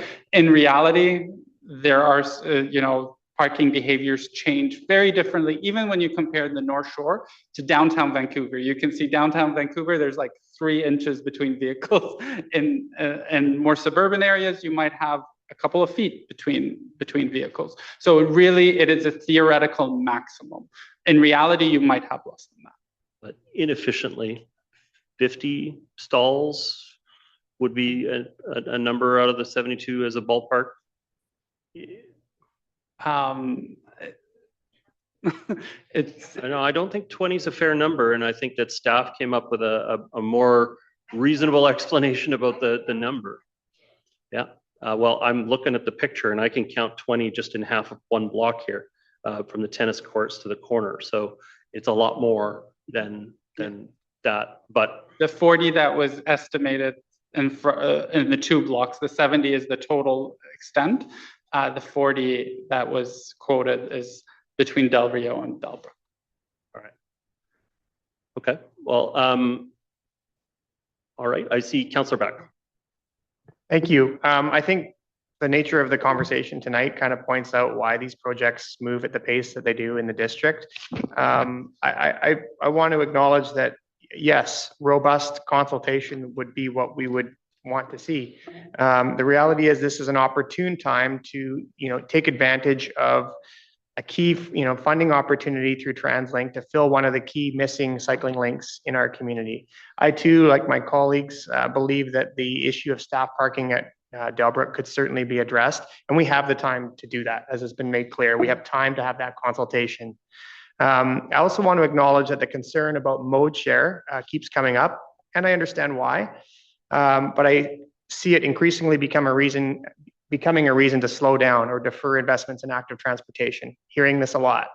The issue isn't that the investments aren't working, it's that we have this fragmented network that's delivering fragmented results. we've made some good progress, I would say, in the district in the last couple of years. It's still fragmented. And if we want to see mode share change, slowing down is not what's going to get us there. Completing the network will be. So I don't see this project as more of the same. I see it as filling one of those missing links, and we can do it as this motion clearly states with funding that's coming from TransLink. So I see this as a real opportunity, council, and I think we are missing out by just punting it down the road as we often do with things that we don't want to make hard decisions on. But this is an opportunity to advance something that would actually help connect town centers, places that people want to go, which is what's missing in so much of our cycling network in the district. So I'm disappointed that we're going to delay something that I think we have an opportunity and time to work out challenges with, but would ultimately be a really important piece of cycling infrastructure. Okay, council, I see no further speakers and I'm up against 10:30, so I'm prepared. Sorry, did you want to speak? Okay, so then I'm going to pause it for a second. I'm going to get a motion to extend beyond 10:30. Will someone move extension beyond 10:30? Moved by Councillor Back, second by Councillor Forbes. Prepared to call the question. All in favor, contrary minded, motion is carried. Again, a reminder that an 11 o'clock extension requires unanimous consent of council, and it's unlikely to get it if I'm sitting here. Councillor Ma. My thinking has evolved. I'm going to borrow your words up. I just want to check something. The application's in? Correct. March, April, we would get a decision? Sorry. Correct. That's the anticipated timeline. December is out, and we're going to do some planning and consultation. Was it envisioned that you would do it in for the Q1? Correct. But there's still no place to put them. Okay. But that's why we would, I'll borrow Councillor Back's words, that's why we would consult. Councillor Ma has the floor. Mr. Taha, you want to add an additional? Let him, sorry, I apologize. Okay. So potentially in 3 months, we can have consultation with the rec commission. Look at these other users that are along that corridor. It's not this, to me, it's not this Delbrook. It's the tennis center and the playground that's down there.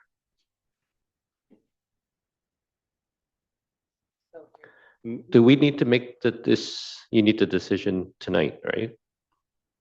The recommendation's already in. I mean, sorry, the application's already in. Correct. Mr. Taha, you only have until January to withdraw the application, but you won't know whether you get the funding until April. Mr. Cohen. Yeah, through the mayor to Councillor Ma, the real fundamental question is this a project or not? Tomorrow, effectively, is the question that staff are asking. Council provided direction for us to look at options. The report provides those options. So we've kind of completed our work to date. The question then for council is, per the motion that's on the floor of council, if that were to pass, that gives us the direction that tomorrow we prioritize this as a project. If it's defeated, then it stays in the current timeline. It's at 2028. So I know there's a lot of questions that are coming from members of council, but I think just kind of stepping back for staff, the real key thing for us is beyond this evening, what are we doing with this project? So just to help out a little. I'm just trying to square it in my head. Councillor Hansen's comments were interesting, but if I understand, we can't wait until this. If you went ahead with work on a project now and we didn't get funding, would that work? Could that work be repurposed later so it's not a lost effort? I can take that one. Through the mayor, we can certainly progress work. I think even in the scenario that council were to provide direction, if what was on the floor of council was successful and we did not receive the full or the majority of funding from TransLink, we would be coming back to council anyway to have a discussion whether we continue moving forward on that funding outcome. So The outcome of the funding application, if it wasn't at 100% or similar, we would still be providing council with an update. If we needed to hit our budgets further, we would have to have that conversation. Sorry, I just want to, thank you for that, but we decide now that it is a project. You start working on it. We find out in March, April, we don't get the funding. The work done between tomorrow and March, could that be still used when it comes back in 2028? Through the mayor, that could certainly be a good starting point as a baseline. The only component of that is that it would not be funded externally. So we would just have to figure out how to cover that internally. It wouldn't be a significant number. Mr. Taha has his hand up. Yeah, I would say regardless, if that were the case, I think we would have a shelf-ready design that we could apply the next year. And so that's a really important consideration, that regardless of the outcome, I think if we were not successful, it's very likely that we would not proceed in 2026. However, it doesn't mean that the design work that was undertaken couldn't be used moving forward, and that the consultation couldn't be used moving forward. What I would risk, I think there's a reputational element with our TransLink partners that also has. Sorry, just go ahead. I was just going to say there's also a reputational element that has to be taken into consideration with our external partners. What I wouldn't want to see happen is that we decide, and we, in all good faith, tell our partners that we will be proceeding forward in 2026, but only to hear. That's why it's important that we hear now whether to proceed forward, because I wouldn't want to, if we end up telling them that we don't proceed forward in 2026 past January, then somebody else in the region has not gotten that funding. And it makes us look bad. And the next time that we apply, they'll be like, these guys, even if they apply, there's a good chance that there's a reputational risk that they won't proceed. So regardless of what council votes on, I think it's important that we consider that whatever that vote is, we should be ready to act on it. Okay. I hear you.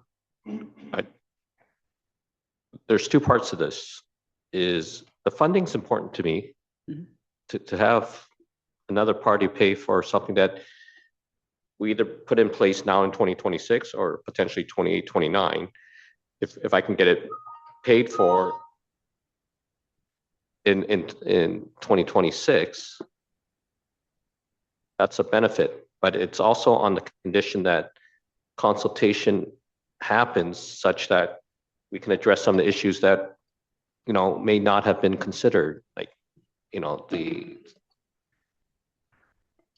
How do we address the parking? No one said that. Councillor, But no one right? said I'm sure Councillor Ma understands the parking issue. Councillor Ma. Right. Sorry.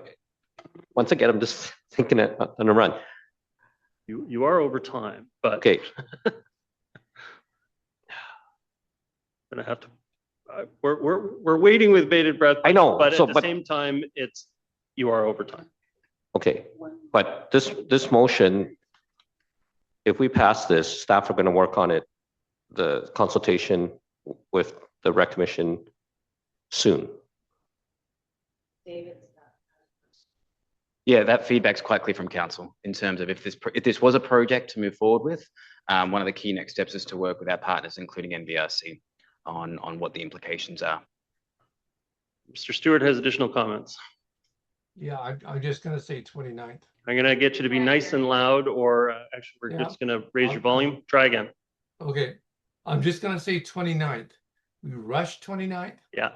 And we got killed. Okay, so that's all I'm going to have to say. Thank you. Okay, thank you. All right. Councillor Forbes, you spoke full 6 minutes. You did. Yeah, you did. I'm sorry, you did. We took notes. So I am going to call the question. And so it is on Councillor Pope's motion. That's what's on the floor and been seconded. All in favor? Contrary minded?